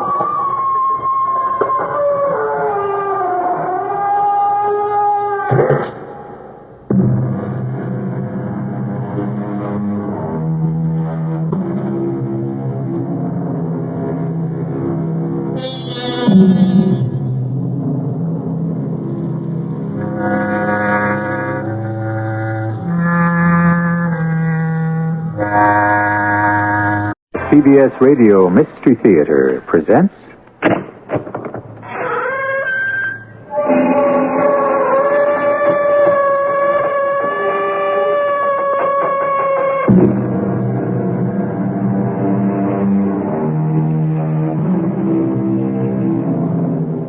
Come in. Welcome. I'm E.G. Marshall. Might is right. said the German poet. And justice, there is none. Well, of course, there are times when it certainly looks that way, doesn't it? However, there is justice, and there is a judge. And if on occasion it might seem that no one is trying the case, it doesn't mean that the court has been abandoned. No, it's just a recess, a brief recess. Your case, my case, everyone's case is on the calendar, waiting to be called. Who asked you to come running in here anyhow? Look, I'll forget about the whole thing. You heard a shot. You had to find out what happened. Believe me, I know nothing.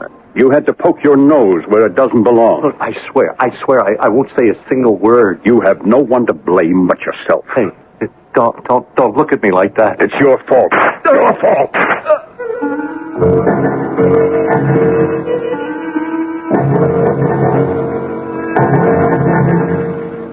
Our mystery drama, The Ripple Effect, was written especially for the Mystery Theater by Sam Dan and stars Les Tremaine.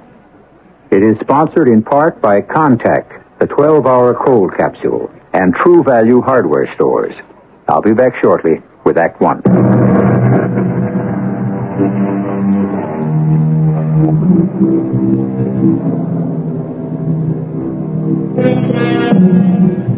God sees the truth, but waits, said Leo Tolstoy. However, with all due respect, one must often wonder, just what is he waiting for? Certain it is that right is being strangled by wrong, virtue ravaged by vice, good murdered by evil. Why, then, does he wait? Well, perhaps he waits for us to see the truth. A Mr. John Flanders is calling on a Mr. Emerson Maitland. Mr. Flanders, known as Honest John, is an important political leader. Mr. Maitland would like to be the next congressman from Honest John's district. You won't be the best congressman the district ever had, Emerson. Still, you won't be the worst. Then I'm to get the nomination. Emerson, what sort of talk is that? The nomination isn't something I hold in my coat pocket like a lollipop. You know what I'm talking about. If the party gives me the designation, it's tantamount to election. Don't play games with me, John. Am I getting the designation? Well, that depends. On what? On the answer to one question.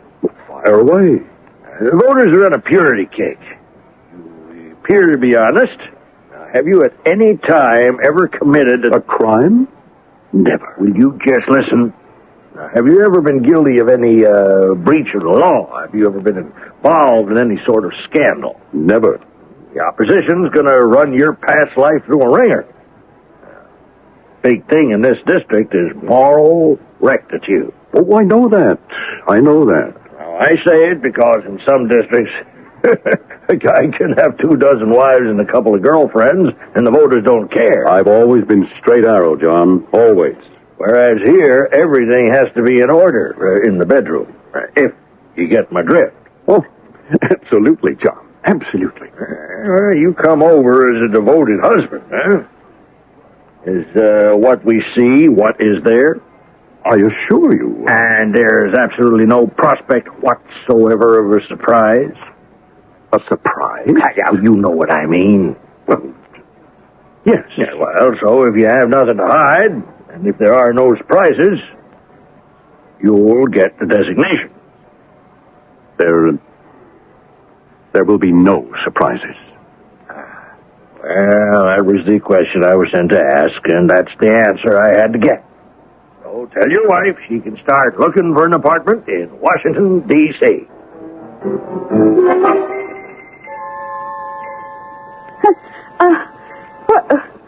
Who's there? Shut your mouth, sister. What are you doing in my apartment? You weren't supposed to be home. Who are you? What do you want? Don't yell. Now be calm and you don't have to get hurt. What do you want? I want to make this easy on both of us. What do you want? I want the letters. What letters? Oh, come on, will you? You know what letters. Now, look. One way or another, I get the letters. You can hand them over like a lady, And I take them like a gentleman. I don't know what you're talking about. The second way, I just knock you around till you see the light. Like that.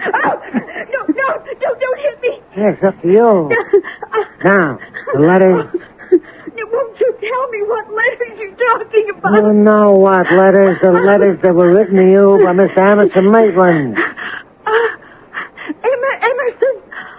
Oh, those letters. Yeah. Oh, what if he wants them so badly? Why not? Sure. Just let me get out of bed.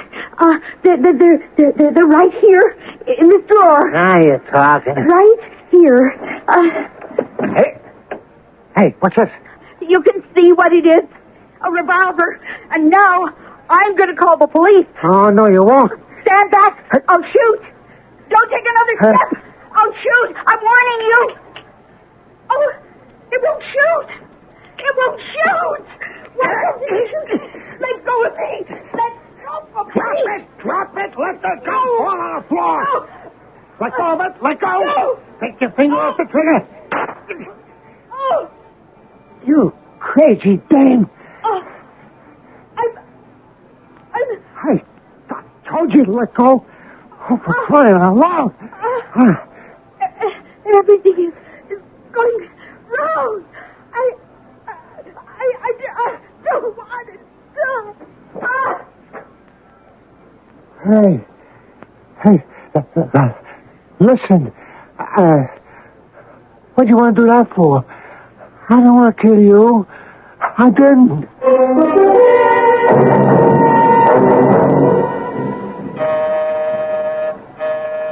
Who is it? It's me, Jocko. For crying out loud, let me in. All right, close it. Yeah. What's the matter, Jocko? Are you all right? You see this? It's a gun. Jocko, one thing we agreed, you'd never carry a gun. I gotta get rid of it.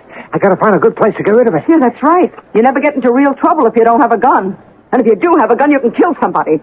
I did. That's why you should never... Jocko, what did you say? I said I killed somebody. No. No, Jocko. I didn't mean to do it. Jocko! This guy, he gave me a job. To kill, and you took it. No. There was this thing. She had some letters that he wrote her, and he wanted them back. And I was supposed to steal them from her apartment. Well, I thought she wasn't home, but she was. So I tried to act tough. Oh, Jocko. And she had a gun. She was going to kill me. And I grabbed for the gun. And went off. And I killed her. That's the honest truth. What's her name? I don't know. What do you mean you don't know? This guy, he just gave me an address. He said, go there and find the letters. It's only a 2-room apartment. Who was the guy?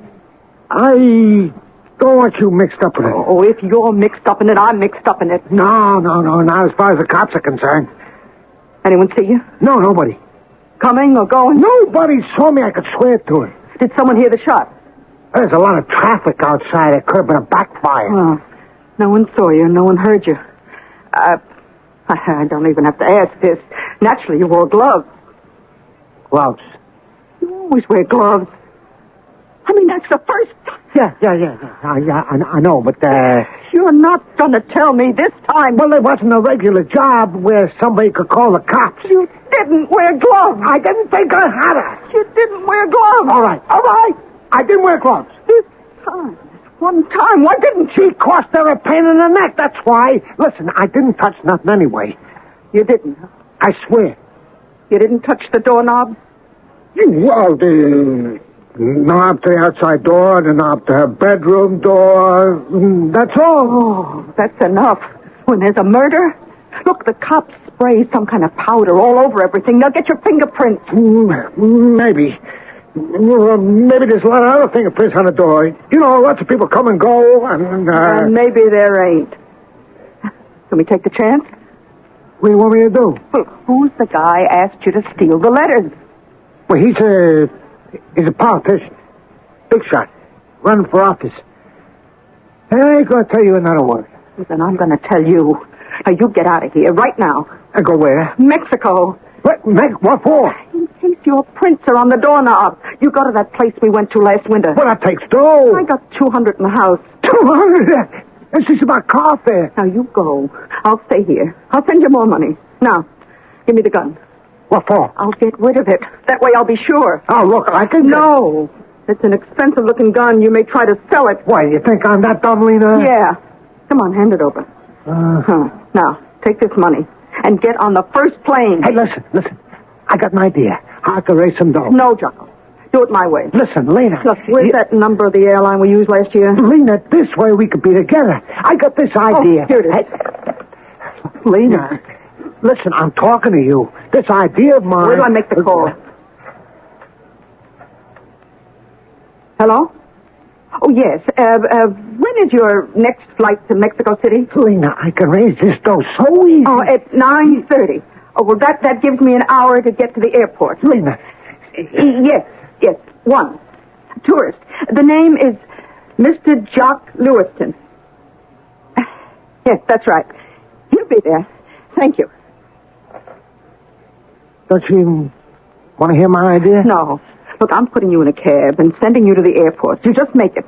Flight 17 Intercontinental. Now, come on. Lena. The cops could be checking those prints right now. You don't have a minute to lose.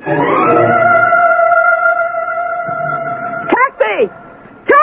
Lena, my way, I could pick up this dough easy. There's no easy way to pick up dough. Look, I'll come down and join you as soon as I can. Look out for yourself, will you? Baby, I don't like to leave you alone. It won't be for long, Jocko. What do you say, folks? Either you want a cab or you don't want a cab. You missed the plane. Okay. I still say my way would be better. I don't want to hear about it. Well, good luck, Jocko, honey. Good luck. International airport driver. He has a plane to catch. I appreciate that, lady. Well, we're off. Nice-looking girl. Your wife? Turn right at the next block. Turn right at the next block? But that ain't the way to the airport. We ain't going to the airport.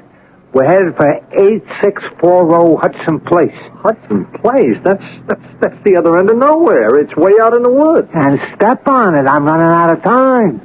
Young fellow like you got nothing but time.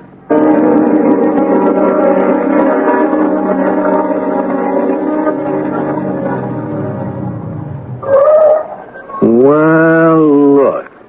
Who knew there'd be a house here? Square in the middle of no place. That is 8:35 on the meter. All right, wait for me. I'll be out in just a couple of minutes. Well, I got all night.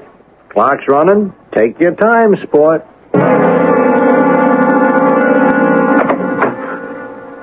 Jocko. Oh, come in. Look, I got no time. I got a cab waiting outside. I got to have some money. I've got the money right here. Just give me those letters. There ain't no letters. What do you mean? There are no letters. She had a gun. She was going to hold me for the cops. I tried to get it away from her, the gun, and now she's dead. And I gotta leave town. You killed her. No. I only want to get the gun away. But where are the letters? Was I going to hang around and look for letters? You expect me to believe you didn't find I'm any? in a jam on account of you. I'm in a jam. I got to leave the country. You got to give me money. The letters. Just hand me the letters. I did it for you. You should have made sure she wasn't home. And so, you intend to take her place. Instead of her being able to blackmail me, I now have you. I won't stand for it. On account of you, I had to commit a murder. And you're going to pay for it. I won't let you hold those letters over my head. I don't know what you're talking about. I have something on my desk here that might convince you. Now then. Listen, Mr. Maitland. That gun don't scare me. You're a stupid man. It should.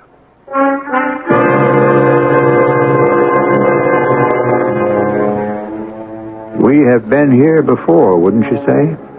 And those letters, whatever they are, always seem to inspire somebody to produce a gun. Will there be more fireworks? Well, Act 2 will certainly have its quota of sound and fury.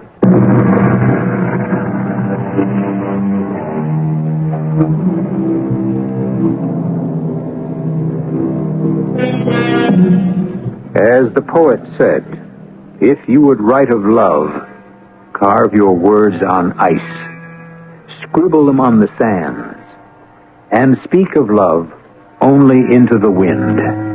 Good advice, no? Well, a gentleman named Emerson Maitland put his words of love down on paper. A most foolhardy thing to do. But he thinks, apparently, that he can recoup with a gun. I want those letters. I don't have the letters. Don't force me to kill you. Hey, now, wait a minute. Don't be crazy. I'll count to 3. No. Don't shoot. Don't. I'll go get That them. won't do. Let me call a certain party. That's and better. But I warn you, don't try anything. Now, look, I ain't crazy. At the first sign of a double cross, pick up the phone. Yes, who? Dial. No tricks. Why would I want to pull any tricks? Hello? Lena. Jocko, why aren't you on the plane? Listen, Lena. A guy's holding a gun on me. His name... Jocko! His name... Jocko! Jocko! Jocko, what is it? Jocko! You're a fool. Why did you make me shoot? It didn't have to be this way. All you had to do was give me those letters.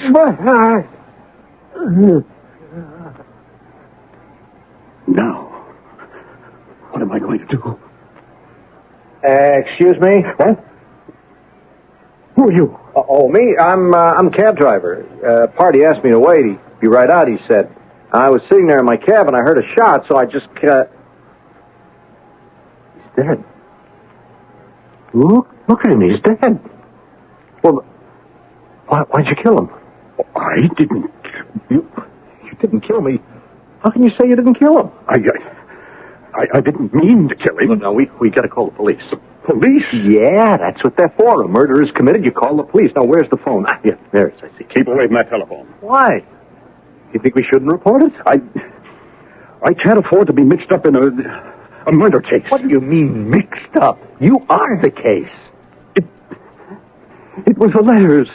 Letters? He was going to blackmail me. Oh, well, then, look, you'll get off. You got nothing to worry about. You kill a blackmailer, they let you go. But then I'd have to tell them about the letters. What letters? I wrote her the letters. Oh, I was a fool. I couldn't help it. Mister, the jury will take everything into consideration. But the voters won't. My dream, my life's ambition, to be a congressman, I won't give it up. Oh, I begin to see the picture. Look, now, you shouldn't have written such letters. I couldn't help it. I was so grateful to her, to Lolly. For 20 years, I've been married to a human iceberg. You know what that is? I can imagine. And I met Lolly. She was so vibrant, so alive, so loving. Well, you don't have to draw the picture. Those letters. You see, I had to get rid of Lolly because she could destroy my career. It might occur to her to use those letters. I couldn't take a chance. Look, you'll have to go into all this when the police get here, so why say it twice? Don't move. Hey, now, wait a minute. Don't look at me like that. You insist on calling the police. Well, you consider it your duty as an upstanding citizen. Yeah, but I'm not a fanatic. If I allow you to walk out of here, you'll go to the nearest police station. Now, what do you mean? If you let me walk out of here? I'm in a very awkward position. I don't want to do this. Do what? But I'm trapped. I have no way out. Who asked you to come in here, anyhow? No, look, I can forget about the whole thing. You heard a shot. You simply had to poke your nose where it doesn't belong. Yeah, but I'll never say a single solitary word. It's your fault. You have placed me in an absolutely intolerable position. But believe me, I'm sorry. Am I supposed to let you ruin my career? Destroy my marriage? No, I wouldn't do that. I won't. You've got no one to blame but yourself. No, Minister, you're crazy. It's your fault. Don't shoot me again.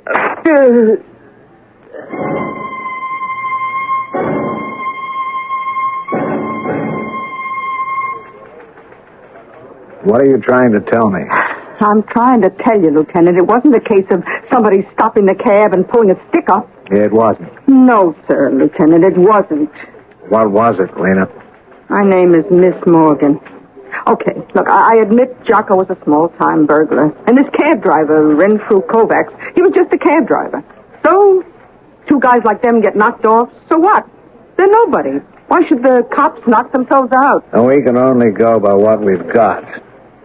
The cab was held up. Maybe he put up a fight. I'm sorry. You're sorry. What does that mean, you're sorry? Now, look, Miss Morgan. What about the phone call I got? How could he phone me if he was shot in the cab? That's where the bodies were found, in the cab. When he was on the phone to me, I heard 2 shots. He yelled, Lena, somebody's got a gun on me. He was about to tell me the guy's name when I heard the shots, and somebody hung up. How could that happen in a cab? I only have your word for that phone call. Why would I lie? Lieutenant, you know the dame who was killed yesterday? Lolly Horvath? Yeah, well, it's got to be her. She was the only dame killed in this town yesterday. You know who killed her? No. I do. Jocko. Jocko? It doesn't matter now, but it's all tied together. Now, Lena, what are you building here? Look, a guy hired Jocko to break into this dame's apartment and steal some letters. They must have been love letters. What else? But Jocko was... She had the gun, and he tried to get it away from her, and it went off, and... Well, how do you know all this? Jocko came home and told me. I made him give me the gun. Where is it? I got rid of it. Dropped it off the outer city bridge. I could believe your story a little better if we had the gun. Please, Lieutenant. I know it would be easy to write it off as a holdup, but Jocko was killed because of those letters. Which letters? The ones he was supposed to steal from Lolly Horvath's apartment. Now, we were all over the place and we didn't find any letters. Maybe, I don't know, maybe this politician thinks Jocko had them and would try to use them as blackmail. Which politician? That's all Jocko would tell me. He was a politician. He was running for office. He needed those letters. A politician running for office. Now, there's a real live lead.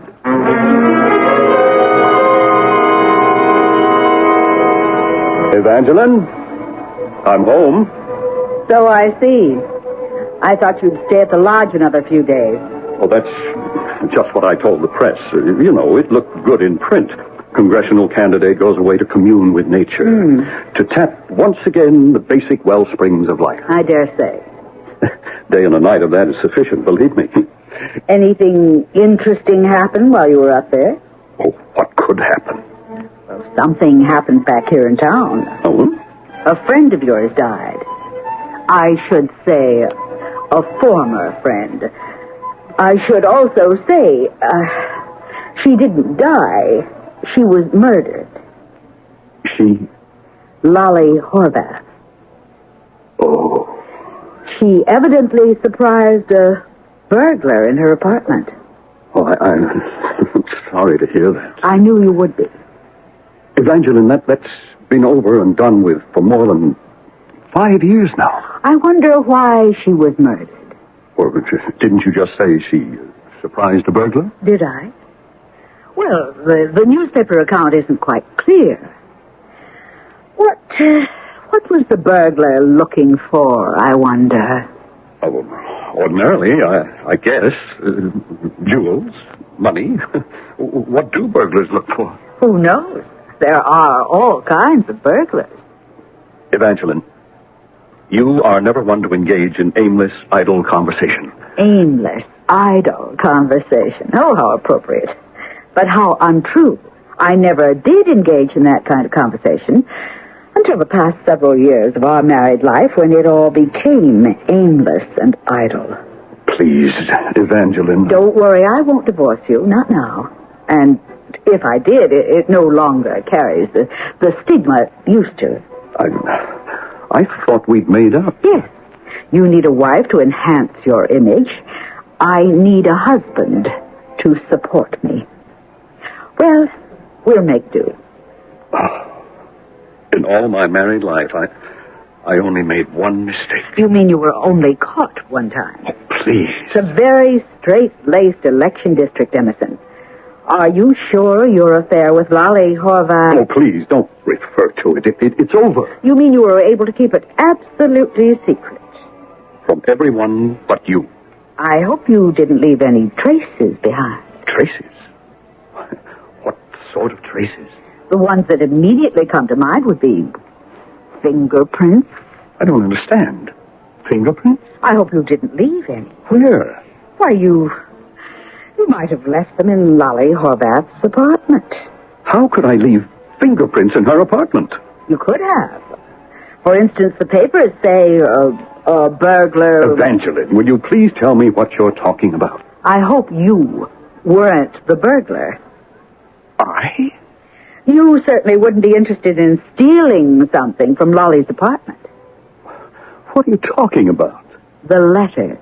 The letters? The letters you wrote to Lolly Horvath. They could end your political career. How do you know about the letters? What do you know about the letters?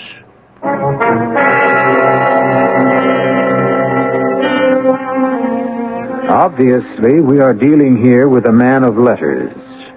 So far, they have taken the lives of 1, 2, 3 people. And every time Mr. Emerson Maitland gets a certain tone in his voice, when the letters are being discussed, we have another homicide. Did you detect that familiar tone again? Well, very soon we arrive at the moment of truth, which is, of course, the third act.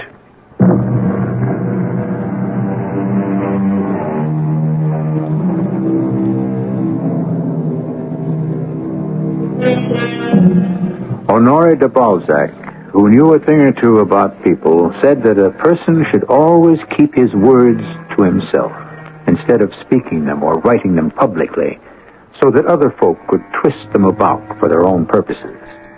Like most sound advice, this too has gone begging. Emerson Maitland would be in better shape today if he hadn't written certain letters yesterday. What letters? Why, my dear, the letters you wrote to Lolly Horvath. Love letters. Why, I never... Yes. You never what? Never wrote her love letters? How did you know? That will have to be my own little secret. Evangeline, those letters, they could ruin me. I know. Do you have them? Why? I want to know. Oh, it's delicious. I longed for revenge, but I didn't even know what I meant by revenge. For example, the fact of the letters could end your political career. Evangeline, I would make a splendid congressman. I could help our nation. The existence of those letters could even have you indicted for murder. You would have a motive for killing Lolly Horvath. What are you going to do? I don't know. This is rare brandy, fine wine. This is to be sipped and savored. Please, Evangeline. I may do something. I may do nothing. I'll make it up to you. I'll make everything up to you. I dare say you will before I'm finished with you. Good night.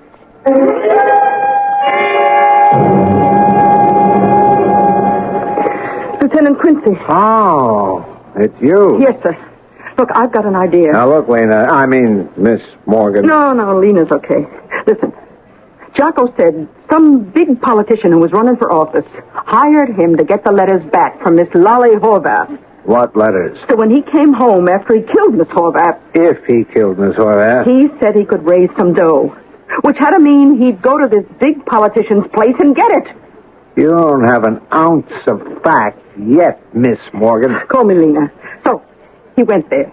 The big politician may have been afraid Jocko was holding out on the letters. If there was such a thing as letters. And killed Jocko. So why was the cab driver also dead? He had to kill the cab driver, too. Otherwise, the cabbie could have called the cops. Very good, excellent. Then he puts both their bodies back in the cab and drives them off to the place where they were found. And that's exactly the way it happened, Lieutenant Quince. I'm sorry. Look, a big politician running for office in this district. Okay, we got 2 guys running for Congress, 2 guys running for the state Senate, 2 guys running for the Assembly, and 2 guys running for city council, 3 guys running for judge. Okay? If that's what it is, that's what it is. That's 11 big politicians. Now, one of them was tied up somehow with Lolly Horvath. Now, that's where it comes unstuck, Lena.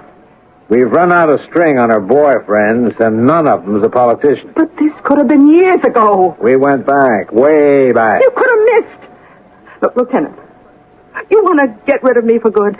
You do this. I can't do it. I need you to do it. I say Jocko called me from the house of a big-shot politician who was running for office. But we've been through that. It was 10 o'clock, night before last. Now, you have the phone company. Check the records of each of those 11 guys. See who made a phone call to my number at that time. There's your proof. Proof? Just supposing a call was made from one of their homes to mine, huh? Well, Why would any of those big shots be calling me for? It would mean I'm telling the truth. It would mean Jocko did call me just before he was killed. It would mean he wasn't murdered in a taxi cab. Look, Lena, it could all be something Are that you scared, Lieutenant? Scared? Of what? Of the truth? This way you got yourself a nice, convenient little hold-up murder. And in a week you can forget all about it. Now, look here, young lady. You can... My way, it's something else. And it involves a big shot. And maybe you don't want to tangle with it. Well, even if the record shows a phone call was made from one of those guys' houses, that still doesn't have to prove anything to a jury. No. But it proves it to you. And you're a good cop. I know you, Quince. If you don't run this lead down, your conscience will bother you for the rest of your life. Okay, Lena. Pick up that pencil and write down your phone number. Lieutenant, I'm right. You'll see. Just write it down, huh? Oh, Eddie, I have to know about a phone call. If it was made to a certain number at 10 o'clock last Wednesday night, it could have been made from any one of 11 telephones.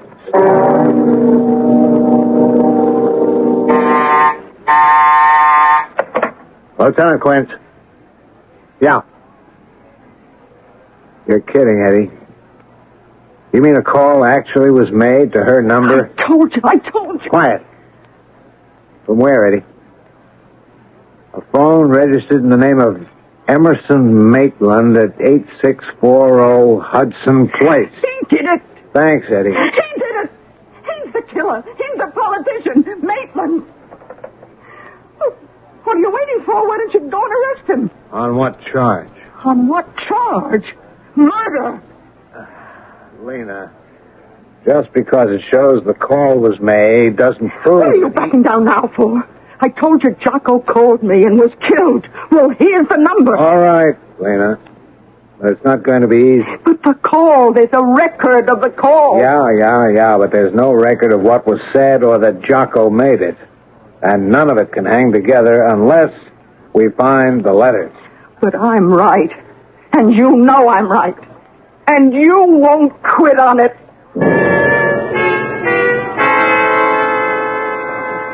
A police detective? Well, this is a surprise. May I come in, Mr. Maitland? Well, please do, Lieutenant. Who's at the door, Emerson? Oh, Evangeline, this gentleman is a police detective, Lieutenant Quince. How do you do, Lieutenant? I won't take up too much of your time. You have a home at 8640 Hudson Place. Summer home, yes. Mm-hmm. Were you there Wednesday night? Wednesday night, let me think. According to the papers, that's where you said you'd spend a couple of days. Oh, yes. Yes, I was, now that I think of it. You know a young lady named Lena Morgan? Lena Morgan. No. Name is not at all familiar. Well, sir, checking the records of the telephone company, a call was made from your house on Hudson Place to Miss Morgan's number Wednesday night at 10 p.m. Well, that's impossible. I don't know Miss Morgan. Why should I call her? Could someone else have made the call from your place on Hudson Avenue? No. I was alone. It must be a mistake. But the record shows a call was made. Oh, I remember now. I did make a call. Her name is Morgan, you say? Yes, Lena Morgan. Of course. I called Lou Morgan, the news commentator. I wanted to talk to him. Yes? Perhaps to set up an interview. I looked up his number in the book. Lou Morgan. Must have dialed Lena Morgan by mistake. I remember now. A young lady answered. I knew it was the wrong number, and I apologized and hung up. And you didn't dial the operator and ask for credit? I didn't think about it. Will the record show that you made another call? Well, no, because I believe in the odd laws of chance. The fact that I had chosen the wrong number could have been a sign that I was not to call Lou, that the interview was not to be. Then you don't know Miss Lena Morgan? No, sir, I do not. Do you know a man named Jocko Lewiston? No, Lieutenant. A cab driver named Renfrew Kovacs? Nope. Miss Lena Morgan. Now, why is her name familiar? Oh, I know. I read it in the paper. She was the mistress of a burglar named Jocko Lewiston. He was murdered. I wouldn't know, Evangeline. Well, Lieutenant, do you have any more questions to ask me? No, not at the present. Does that mean you will have further questions in the future? I don't know. I can't read the future.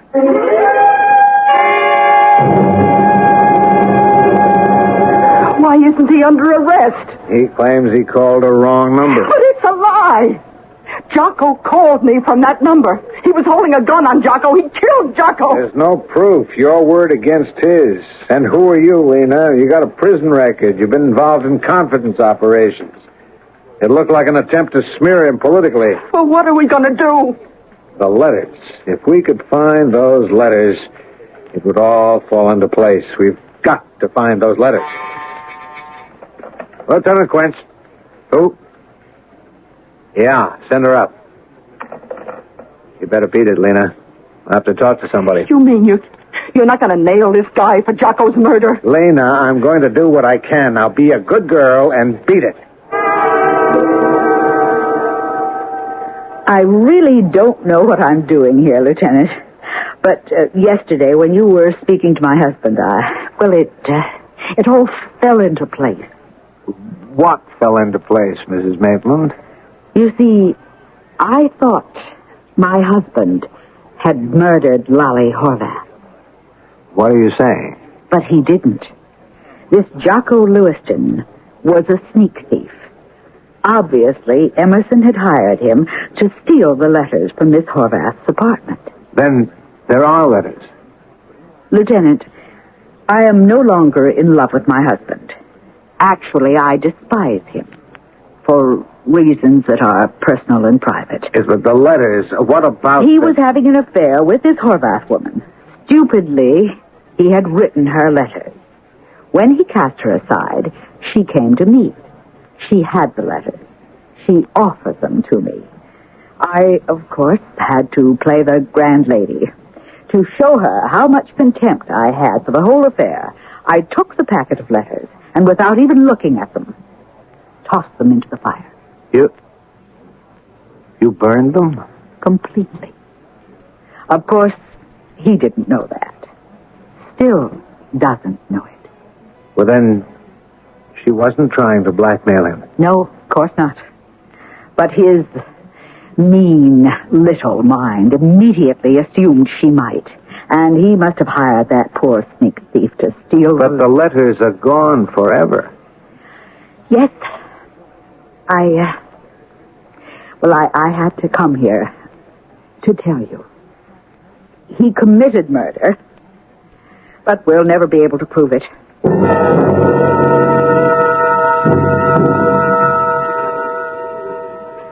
I thought you went home. I recognized her from the papers. I stood by the door. I heard the whole thing. Look, I know how we can get Maitland. Without the letters, we've got nothing. I said I know how to get him. Yeah? You want to be at my place at 7:30? You'll be able to stop a murder. Are you going to do something against the law? Yeah. That's why you ought to be there. To stop me.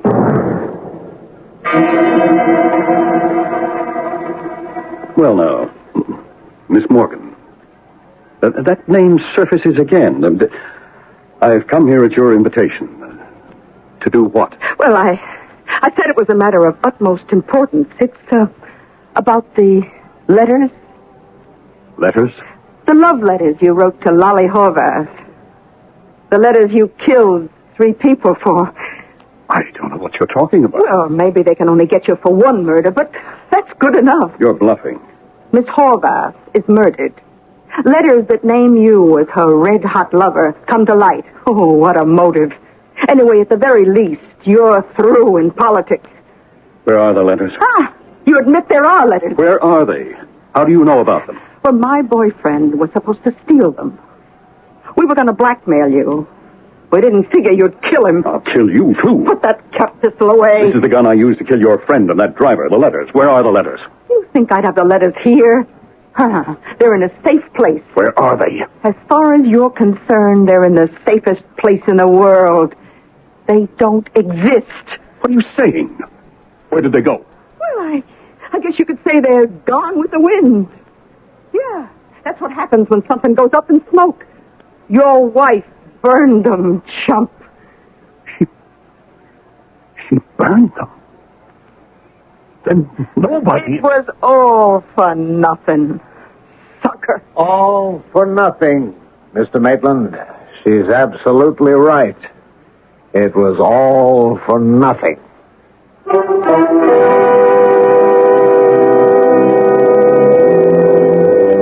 We could have had the perfect crime, the absolutely unsolved murder case. But as the legend goes, the killer always leaves a clue. And sometimes it isn't even a physical, tangible clue either. He leaves a bit of himself, of his personality. And this is what cries havoc. Don't you cry. I'll be right back. I'm Hyman Brown, producer-director of the Radio Mystery Theater. Before we continue with today's play, I'd like a word with the young people in our audience. When we went on the air with the Radio Mystery Theater, we were delighted to hear from so many of you, telling us how much you enjoyed our radio dramas. Well, now I have more good news for you and your parents, too. On February 5th and 6th, we're starting a new weekend drama series. It's the General Mills Radio Adventure Theater. Every Saturday and Sunday, we'll bring you 2 different radio plays, some based on famous books, plus many new and original stories never heard before. All will be filled with action, suspense, and adventure. The popular television star Tom Bosley will be our host each week. I hope you'll be looking forward to it as much as we are. And join with us for the General Mills Radio Adventure Theater starting February 5th on many of these stations.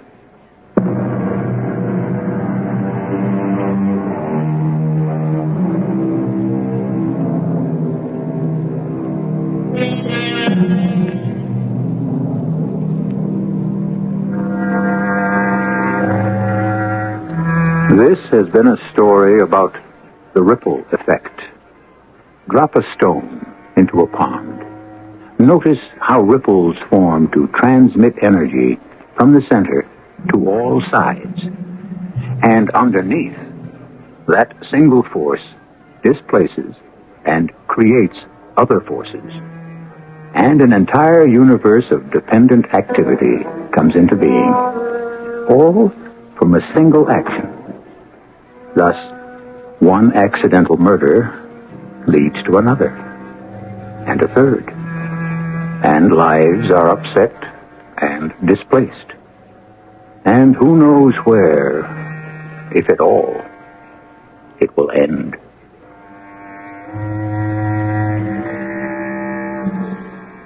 Our cast included Les Tremaine, Robert Dryden, Martha Greenhouse, Earl Hammond, and Bryna Rayburn. The entire production was under the direction of Hyman Brown. This is E.G. Marshall inviting you to return to our Mystery Theater for an... CBS Radio Mystery Theater presents...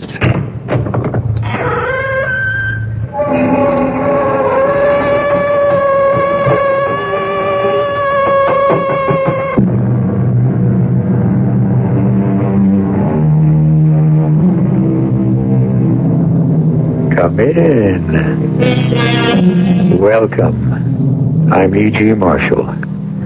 October 31st is a date of deep antiquity.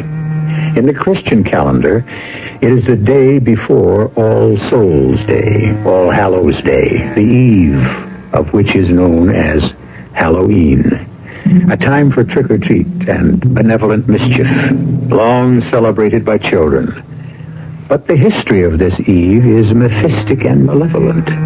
In the Celtic calendar, those brooding, dark, bloody people celebrated it as the last day of the year, a day given over to witches and warlocks and their sinful and wicked revels. We found her this morning, ma'am. Just the other side of Grant's Woods. The child was dead. Oh, my dear. How? Well, that's the question. She'd been savaged by... Well, if it wasn't for the fact we ain't had a panther, a cougar, or a mountain lion in this area for the last 20 years, I'd figure one of them for the cause. It wasn't... What do you figure? Well, Miss Taylor, that's just what brought me to you.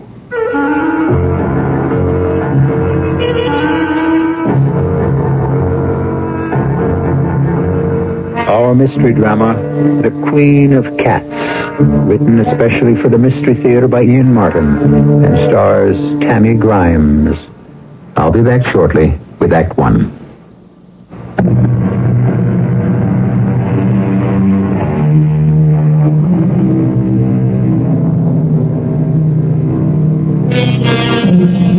If I were to mention casually lycanthropy, kinanthropy, or let's say versipellis, I doubt if the words would stir any emotion.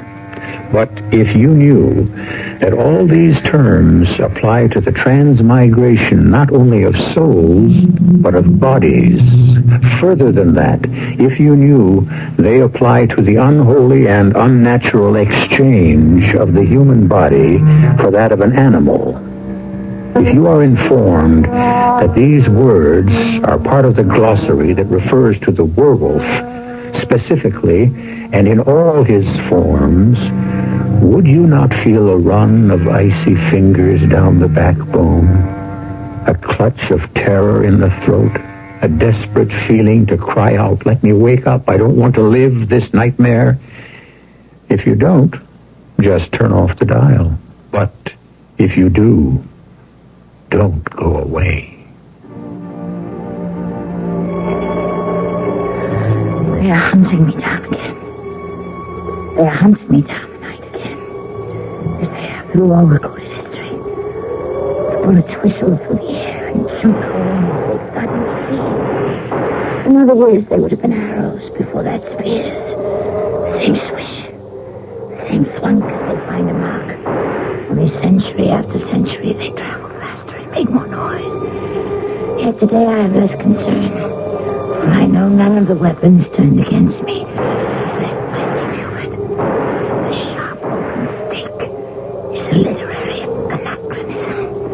Besides, even if I'm hit, what does it matter? I have 99 times 9 lives to use up since the dawn of time. 9 times more than a lesser god.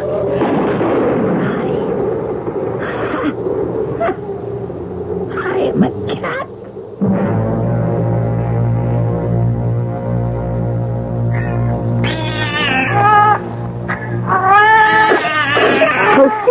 Now behave yourself. Plenty for all. Napoleon, here. Marie Antoinette, behave yourself and okay. Now then, there we are. Plenty for all. Good wholesome food. Oh dear. Why do people always drop in unexpectedly at dinner time? Coming! All right, now be good, Kitty. Maybe a new brother or sister is coming to join you. Yes, can I help you? Sheriff Lige Bascom, ma'am. I wondered if I could come in for a short spell. Why, you're more than welcome, Sheriff. Can I get you some tansy tea? No, I reckon not, ma'am. The reason I come by... Sorry I don't have anything stronger. I know how you men are. No, it ain't that, Miss Taylor. I'm here strictly on business. Oh. Well, won't you sit down anyway? You suppose there might be somewhere a bit more private than... Than here in front of all my boys and girls busy at a hearty meal? Of course. Let's go out of the kitchen and go into the sitting room. Don't use it all that much being alone, so I hope it's fit to visit in. I'm sure it will be just right, Miss Taylor. Now, I'm sorry to have to bring this up, but, well, it's sort of a question about your cats. What about them? Well, you gotta admit you got a powerful lot of them. I do. I know my neighbors figure me a mite touched, but I don't want to be just plain human. I want to be humane. Ma'am, I don't mean to score you, but... These Rockies, we're lucky enough to live and breathe in, are one of this country's great natural preserves. But we got outsiders come by the thousands from the east and the south, the north and the far west. We make them welcome here. And all we ask is they leave it the same as they come. So why did they leave all the debris behind them? The garbage is nothing. We can pick it up or let it rot into the earth.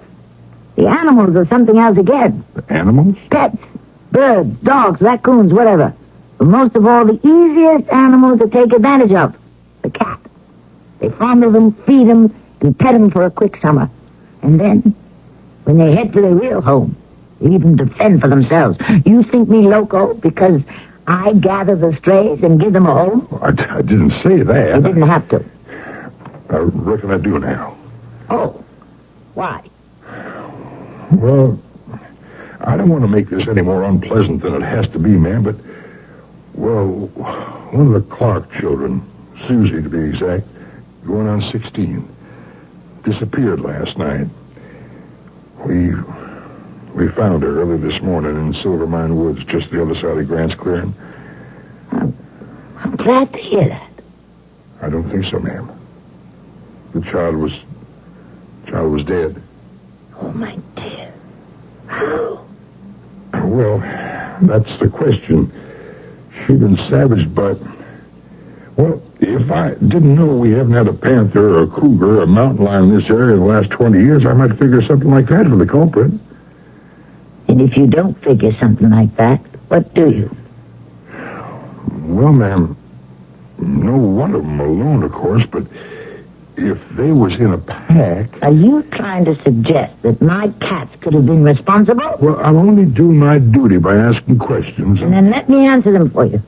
I have 63 cats, each of which has a name, and each one is just as different as you and me.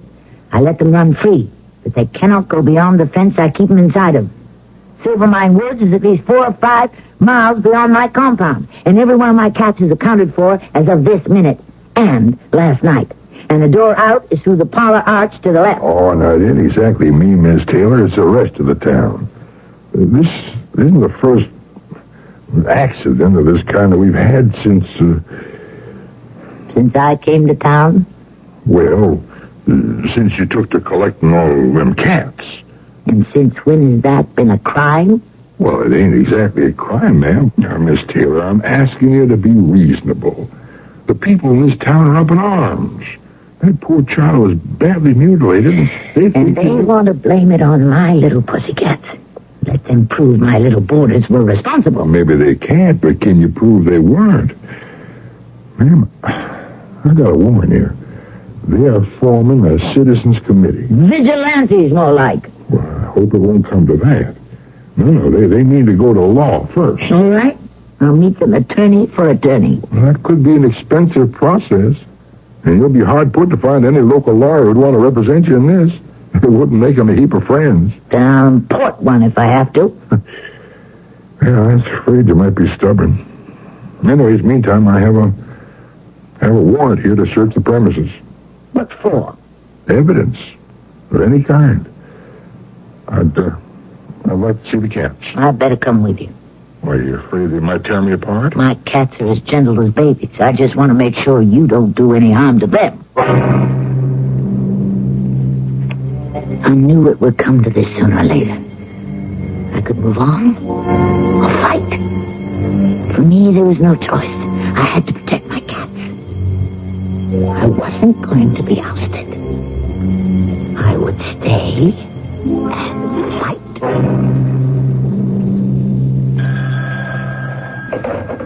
This is the office of Anthony Reddick, attorney at law. Well, come in. The door's open. Mr. Reddick isn't here, but I expect him back from court any moment. Be with you in a minute. Please, sit down. Yes, sir. Well, you see, I'm not his regular secretary. I'm just his landlord. Yes, sir. Yes, sir. I'll tell Mr. Reddick to call you back. Ma'am, did you want to see Mr. Reddick? Quiet, Harris. Yes, miss, I do. He should be back any moment. Could you wait? I think so. I'm quite good at it. I'm sure he could make time to see you. I'm sure he could, since he doesn't have any other clients. I beg your pardon? Why, that's not true. Of course it is. That's why I'm here. But it's very brave of you to cover up for him. I'm not covering up. But is he secretary? Oh, my dear, you're not his secretary. How do you know? Because I'm a very old lady who knows a great deal more about too many things than possibly she ought to. Hey, Carrie, I'm sorry, but they didn't have any yogurt. This is a client, Tony. I didn't have a chance to get her name. Hush, Harris. My name is Mrs. Taylor, Mr. Reddick. Well, how do you do? Honey, Carrie, you want to take the groceries while I take Mrs. Taylor into the office and, hey, that's quite an amazing cat. Yes. She's my most favorite. Although one shouldn't have favorites. What breed is she? I don't think Harris could be confined to any one breed. She's unique. Very special cat. And original. Shall we all go in together? Oh, I don't think I'd I didn't mean, dear. I'm with Mr. Reddick and me and Harris. You see, she and I are never really separated. I saw the girl's puzzled look, but I didn't stop to explain. How could I? That Harris was my other self. Or one of them. My mirror image. Or one of them. I wondered to myself as I followed this young man to his inner office what he might think if he could see Harris. Human shape. That other reflection of me. Someday he would. For he drew me, this young man, with his blonde Viking looks and the sinuous, easy ripple of his muscles that I could see beneath his clothes as he moved. A long time.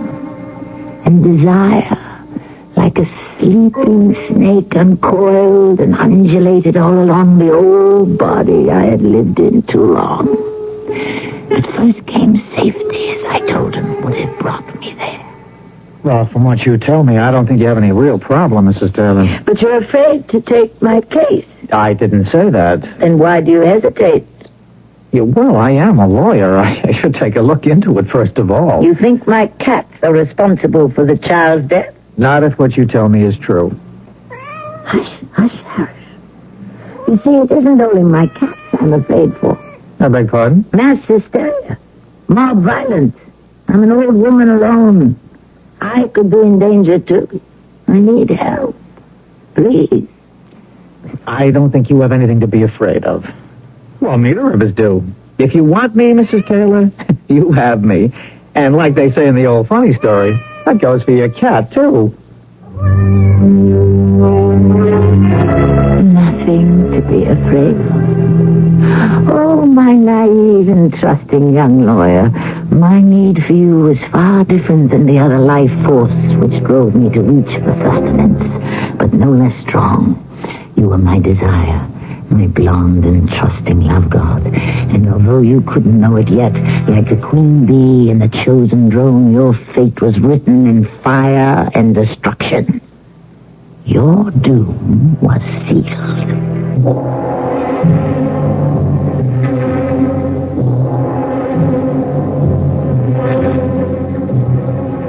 The nightmare has only begun.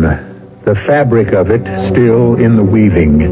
The terror and disaster and agony not yet stitched into the tapestry.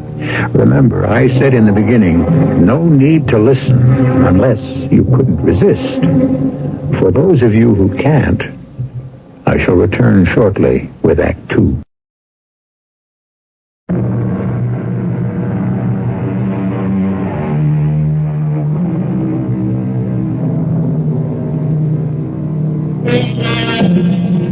A sweet old lady, Sarah Taylor, lives with 63 stray cats that she cares for. Many people, out of compassion, are kind enough to sacrifice something of themselves to help and care for defenseless and abandoned animals. But this old lady is a very special lady, a Halloween figure of monstrous and terrifying evil. If you haven't guessed that already, you will shortly begin to find out. Hush, my darling. Your mother is taking care of all of you. You have nothing to fear. Let those who move against us learn to cower in terror. As long as the means kill, we rule the nights. Ours is the power and the glory. You will inherit the world, and I am your queen in whatever guise I choose to cloak myself.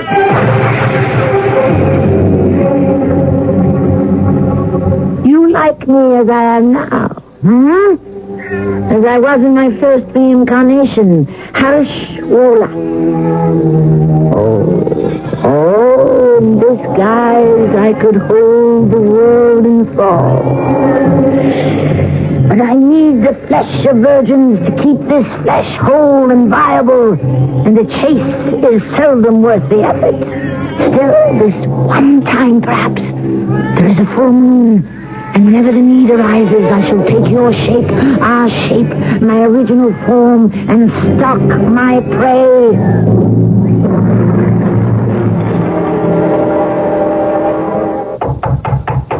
Come in.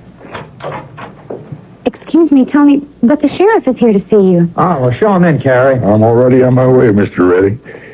Hey, mighty good-looking new secretary you got. Well, that isn't my secretary. It's my fiancée.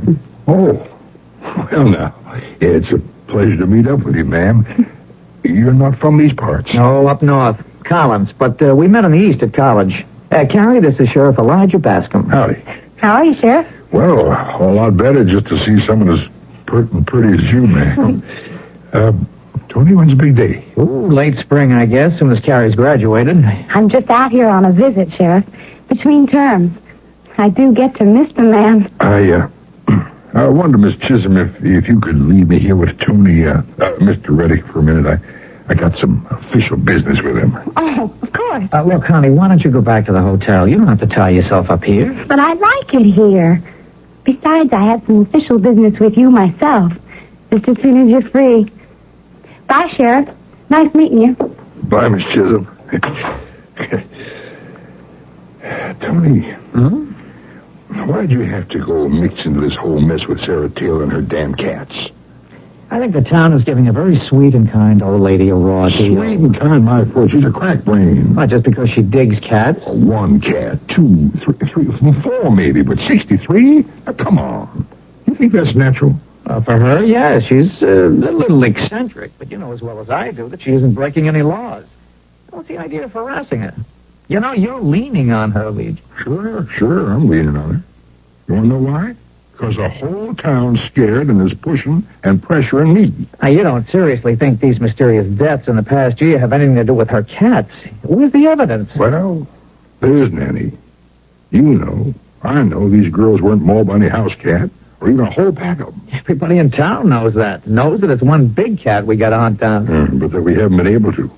And that's what's getting to the people. It's still no reason to start picking on a poor old lady who gives shelter to animals that human beings have abandoned. I sure to get a medal instead of threats and abuse. Oh, son, there's just no sense to a mob, and that's what this town is becoming. I gotta stop it while I still got some control. That Ms. Taylor and her army of cats is just like lighting a match next to a short fuse. We gotta find out what animal's out there in the dark, sure. But till we do, we also gotta get rid of all them cats, or this town's gonna explode high, wide, and fancy.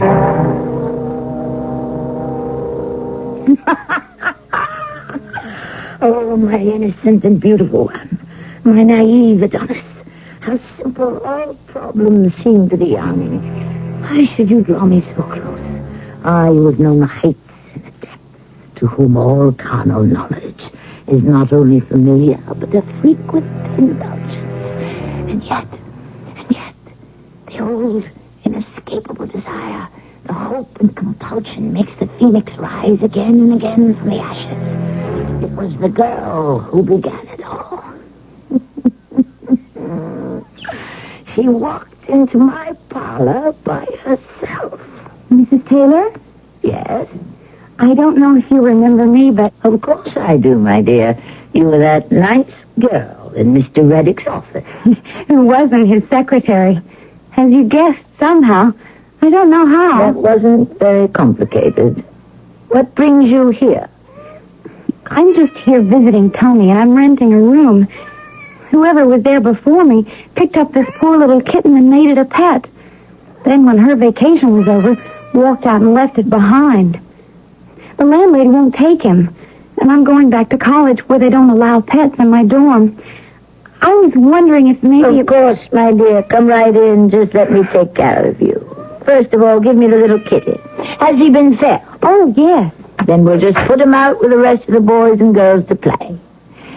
You see, they have the whole backyard to frolic in. It's over an acre. No. Playtime isn't over. No one comes back in the house yet. Here's a new friend for you. Sometimes they really are a handful. I don't know how you manage without any help. No, I manage. I'm not completely alone, you know. I have my, a relative is always with me. Tell me, did Tony send you? Tony? No. Why? I thought he might be doing a little checking up on me before he takes me as his client. No, honestly. This was my idea. I don't meddle in Tony's business ever. Then I'm sure you'll make him a very good wife. You are going to be married, aren't you? Oh, yes. This spring when I graduate. So, what is it you studied that is so important? Oh, a sort of obscure field that I'm sure you wouldn't be very interested in. Parapsychology. Just what is that? Well, it's the study of, experiences and happenings beyond a natural explanation. You mean the supernatural? Well, depending on the definition. I mean ghosts and spirits and vampires and werewolves and the like. Well, you know, that's why it's sort of hard to explain to someone who... Well, I mean, I don't mean you couldn't understand, but... Well, it's a science. See, not a superstition. The real supernatural. Something we aren't yet ready to explain. Like ESP. ESP? Extrasensory perception. You know, it's like clairvoyance or precognition. My, such big words. I didn't mean to be a bore. Oh, not at all, my dear. You have all my interest. Tell me, are you like that? I mean, can you see things in advance or get messages from another world? Well, I'm not sure yet. I think. That's why I'm studying, but... Well, I haven't yet proved it all the way. Maybe it would be better if you didn't. Tell me, when do you have to go back east? Well, Tony's driving me to Denver on Tuesday. I fly from there. Then you only have a couple of days left? That's right. Then I disappear. Disappear? Tell me, are you going straight back to college or university or whatever you call it? College. And as a matter of fact, I'm not going straight back. I guess it's a little wanderlust. But I'm making a couple of stopovers on the way. You know, drop in on some old friends. Going to be out of touch, Well, never really thought of it that way. But yeah, I guess I am. I really must run now. I can't thank you enough about the kitten. And I guess maybe I should say goodbye. Of course. I shouldn't think we'll be seeing each other again. Goodbye, my dear. Goodbye. You might tell your Tony I'd like to see him as soon as he has time for me. I watched her move away from me, lithe, long-limbed, her stride loose and easy with the spring of youth. How I envied her for being young and for being carefree and for knowing that soon she would be beside that vital man, Tony, touching, loving, and being loved. The winds of change are blowing again. I feel the pull of the moon, the call of all the ancient carnal appetites stirring in me, the heady scent of blood in my nostrils. Death is in the air. I feel its trailing scarves touching me like smoke, swirling about me, tempting me to destruction. But whose destruction? And is it worth the risk?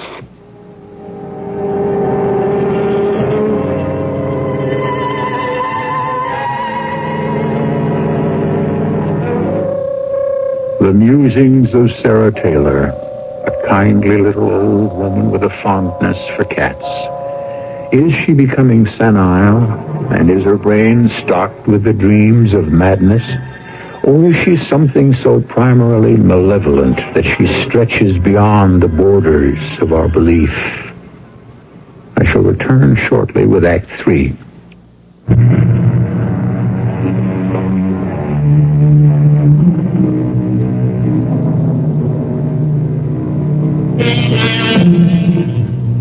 In J.M. Barrie's play, Peter Pan, the tiny sliver of darting, reflecting light, who is called Tinkerbell, when she is dying and fading from the light of the world, is revived by Peter Pan's fervent plea to the audience. If you believe in fairies, clap your hands, and Tinkerbell will be saved. Or words to that effect. It is an appeal that never fails. Young and old find themselves responding, even vocally, and certainly from the heart. Do we believe as profoundly, or even more so, in the spirits of darkness and terror and total destruction? It's a question you may answer for yourself after the conclusion of our tale. Yes? Mr. Reddick? Tony? They're speaking. Miss Taylor? Yes. I was wondering, did that sweet child, Carrie, give you my message? Well, yes, ma'am, she did. I was going to call you first thing this morning, but you beat me to it. I didn't want to call too early. Heavens, I've been up since dawn. My kiddies wake me with the sun. I've just been waiting till you got to your office. Even thought you might be later, with a young lady to dally with.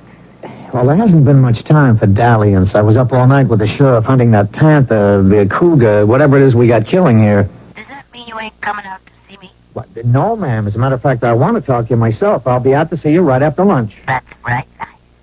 I'll be looking for you. Morning, Tony. Hey, darling, I thought you'd still be catching some shut-eye after last night. I didn't know you were here. You were on the phone. I didn't want to barge right in. Well, the door was open. I know. I couldn't help overhearing the end of your conversation. You were talking to the cat lady. Yeah, gotta go out there and see her later and break some bad news to her. But first, we forget that and proceed to this. Mm-hmm. Now that's the way to start a day. Yeah, and finish it. You have to go back to that damn university. I thought I did. I'm beginning to wonder if I should.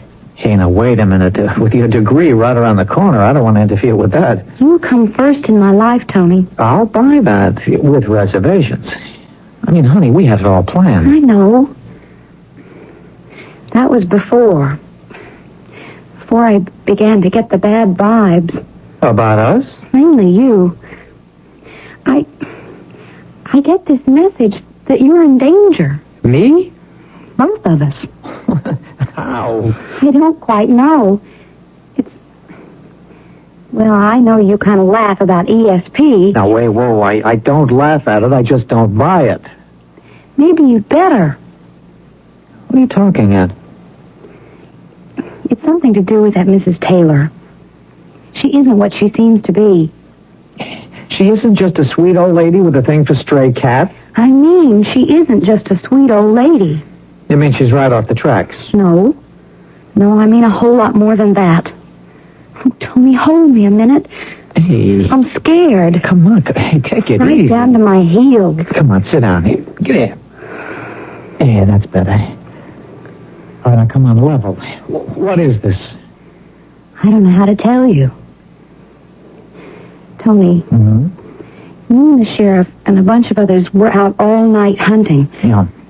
Did you see any signs of this big cat, this whatever it is that killed that young girl? No.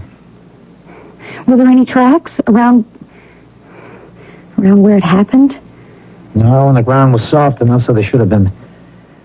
That's why folks got the notion that maybe it wasn't one big one, but a whole lot of small ones that did the damage. Were there any small tracks? No. So how did a big cat like a panther get to that girl? I don't know. Honey, what are you getting at? 3 other girls were killed this year, weren't they? Yes. When?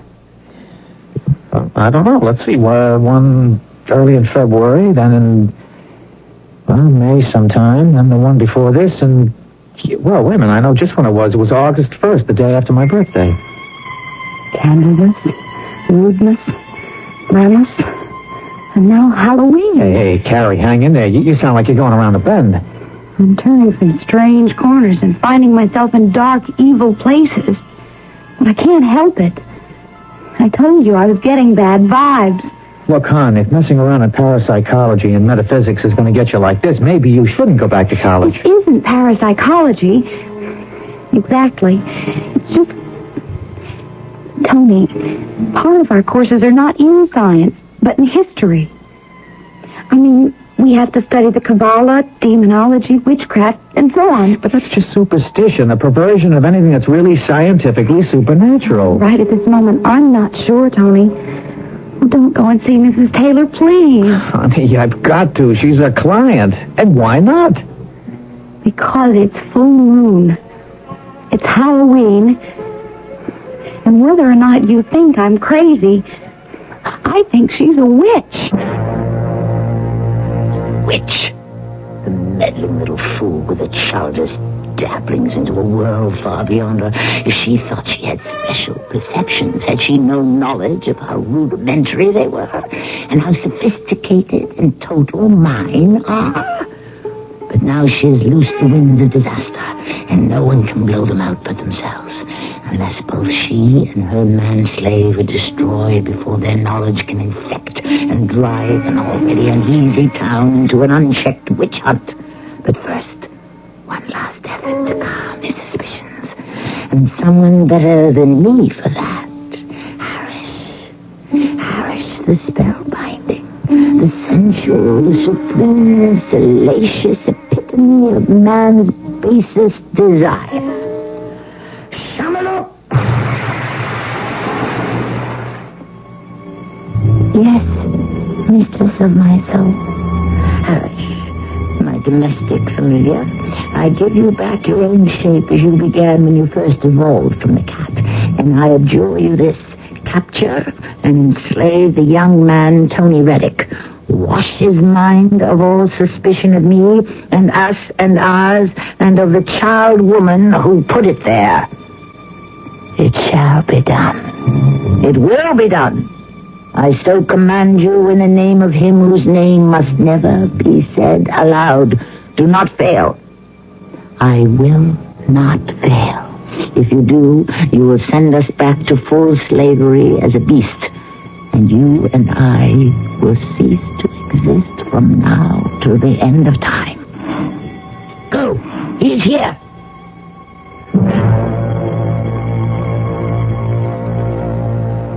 Won't you come in? Well, thank you.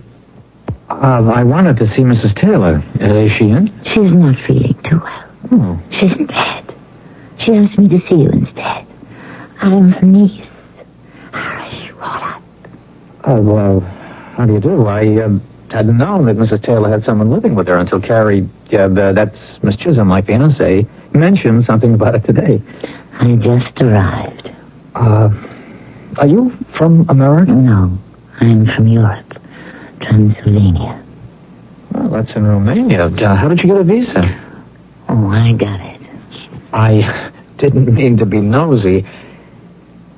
I can see where most things aren't too difficult for you, Miss Roland. I prefer first names. Mine is Harris, and yours is Tony. Yeah, well, that's close enough. It sounds better. So, what did you want to see my aunt about? Well, that's kind of a long, complicated story, Miss Harris. Is it about the cats? Yeah, well, yes. Yeah. Harris, I'm going to level with you. You know there have been some strange deaths around here. I know. But you know these little cats were not responsible. Well, if it was a big mountain cat of some kind, we'd have fleshed him out by now. I know damn well it couldn't have been the ordinary little cats. Then what? Or who? Not who. No human being could have mauled anyone the way those kids were torn up. So? What? I don't know. I've had an explanation that I can't quite dig, or believe. Would I believe it? Why, I won't try you. Look, let me talk to you. No, you can't go in there. I've got to now. Let me go. You really want me to? And I don't mean to be ungallant, but... You can't be unfeeling also. You're a very attractive man. Well, you're a very tempting woman. Let me tempt you. You got me too late. I'm a good boy now. Are you so sure? Kiss me. Oh, come on. But not like a good boy. Like a very bad boy.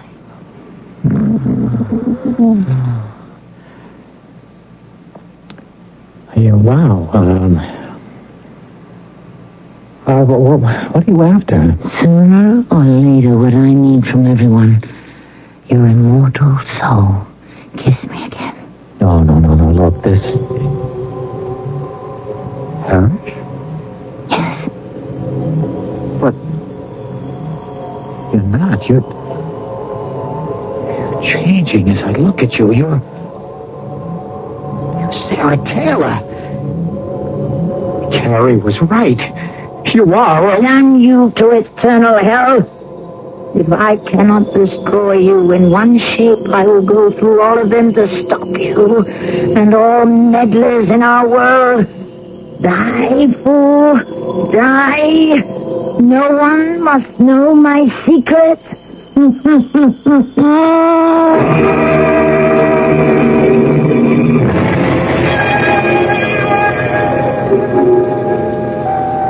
How is he, Sheriff? Well, I can't rightly tell you, Miss Chisholm. He wasn't marked up too bad, but he sure lost a lot of blood. What happened? He got me. I had a show cause order from the health department. I took it out to Miss Taylor's. When I got there, the door was open. I didn't get no answer, and when I went in, well, that's when I found Tony. Where was Mrs. Taylor? I don't know. Unless one of them cats carried her off. A cat? Look, ma'am, I got there just at dusk, and I had a deputy with me. We both seen a big mountain cat. Only one such I never seen. Loping away just as we got there. I sent a couple of shots after her, but I missed. But it wasn't carrying anyone. Oh, no. If it was an animal like that, well, there must have been two. And the first one carried off Miss Taylor. Or the one you shot at was Mrs. Taylor.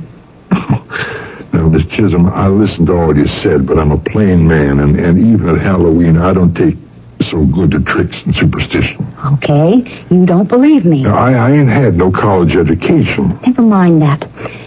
You have a posse going hunting that cat? Sure have, or caused enough damage.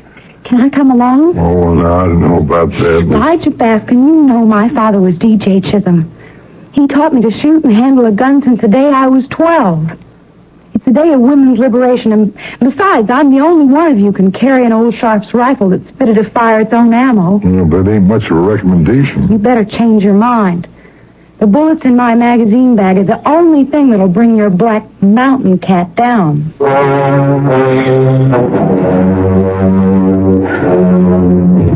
They're hunting me down through the night again, as they have through all recorded history. The bullets whistle through the air and chunk home into trees. In other years, there have been arrows before that spot. Same swish, same thunk as they found the mark. Only century after century, they travel faster and make more noise. And even if I am hit, what does it matter? I have 9 times 99 lives to use up. Even more than the lesser gods. And no bullet that is not blessed by St. Hubert can touch me. And who in the 20th century ever heard of St. Hubert, let alone werewolf? But Someone... That was no ordinary bullet. Oh, no. No. Not the end. The end of time. Of timeless time. And yet, I know it.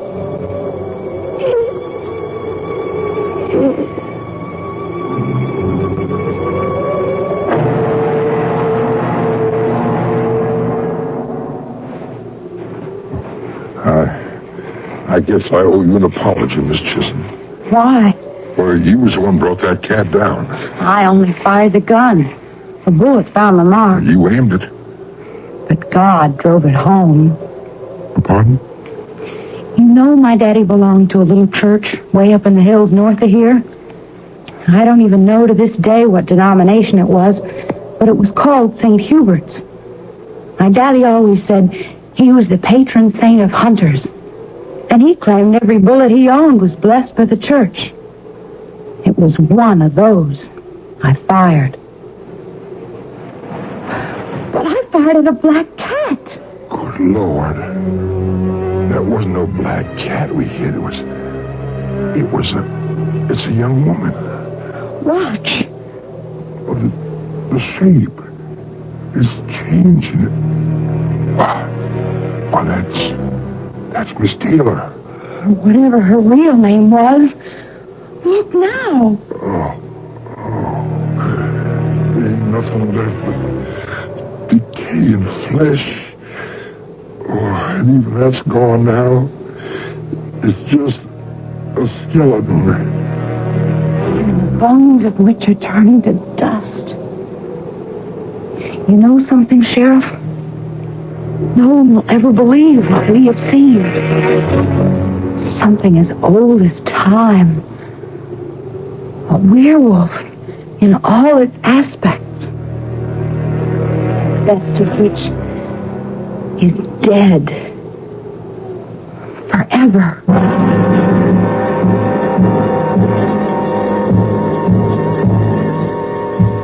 Isn't that a nice, gruesome little tale for Halloween? I hope you enjoyed it, or at least were caught in its spell. If you were, have no worries, because I can assure you that, like the witch in the Wizard of Oz, ding dong, this wicked old witch is dead. I'll be back shortly. This is E.G. Marshall inviting you to return to our Mystery Theater for another adventure in the macabre. Until next time, pleasant dreams.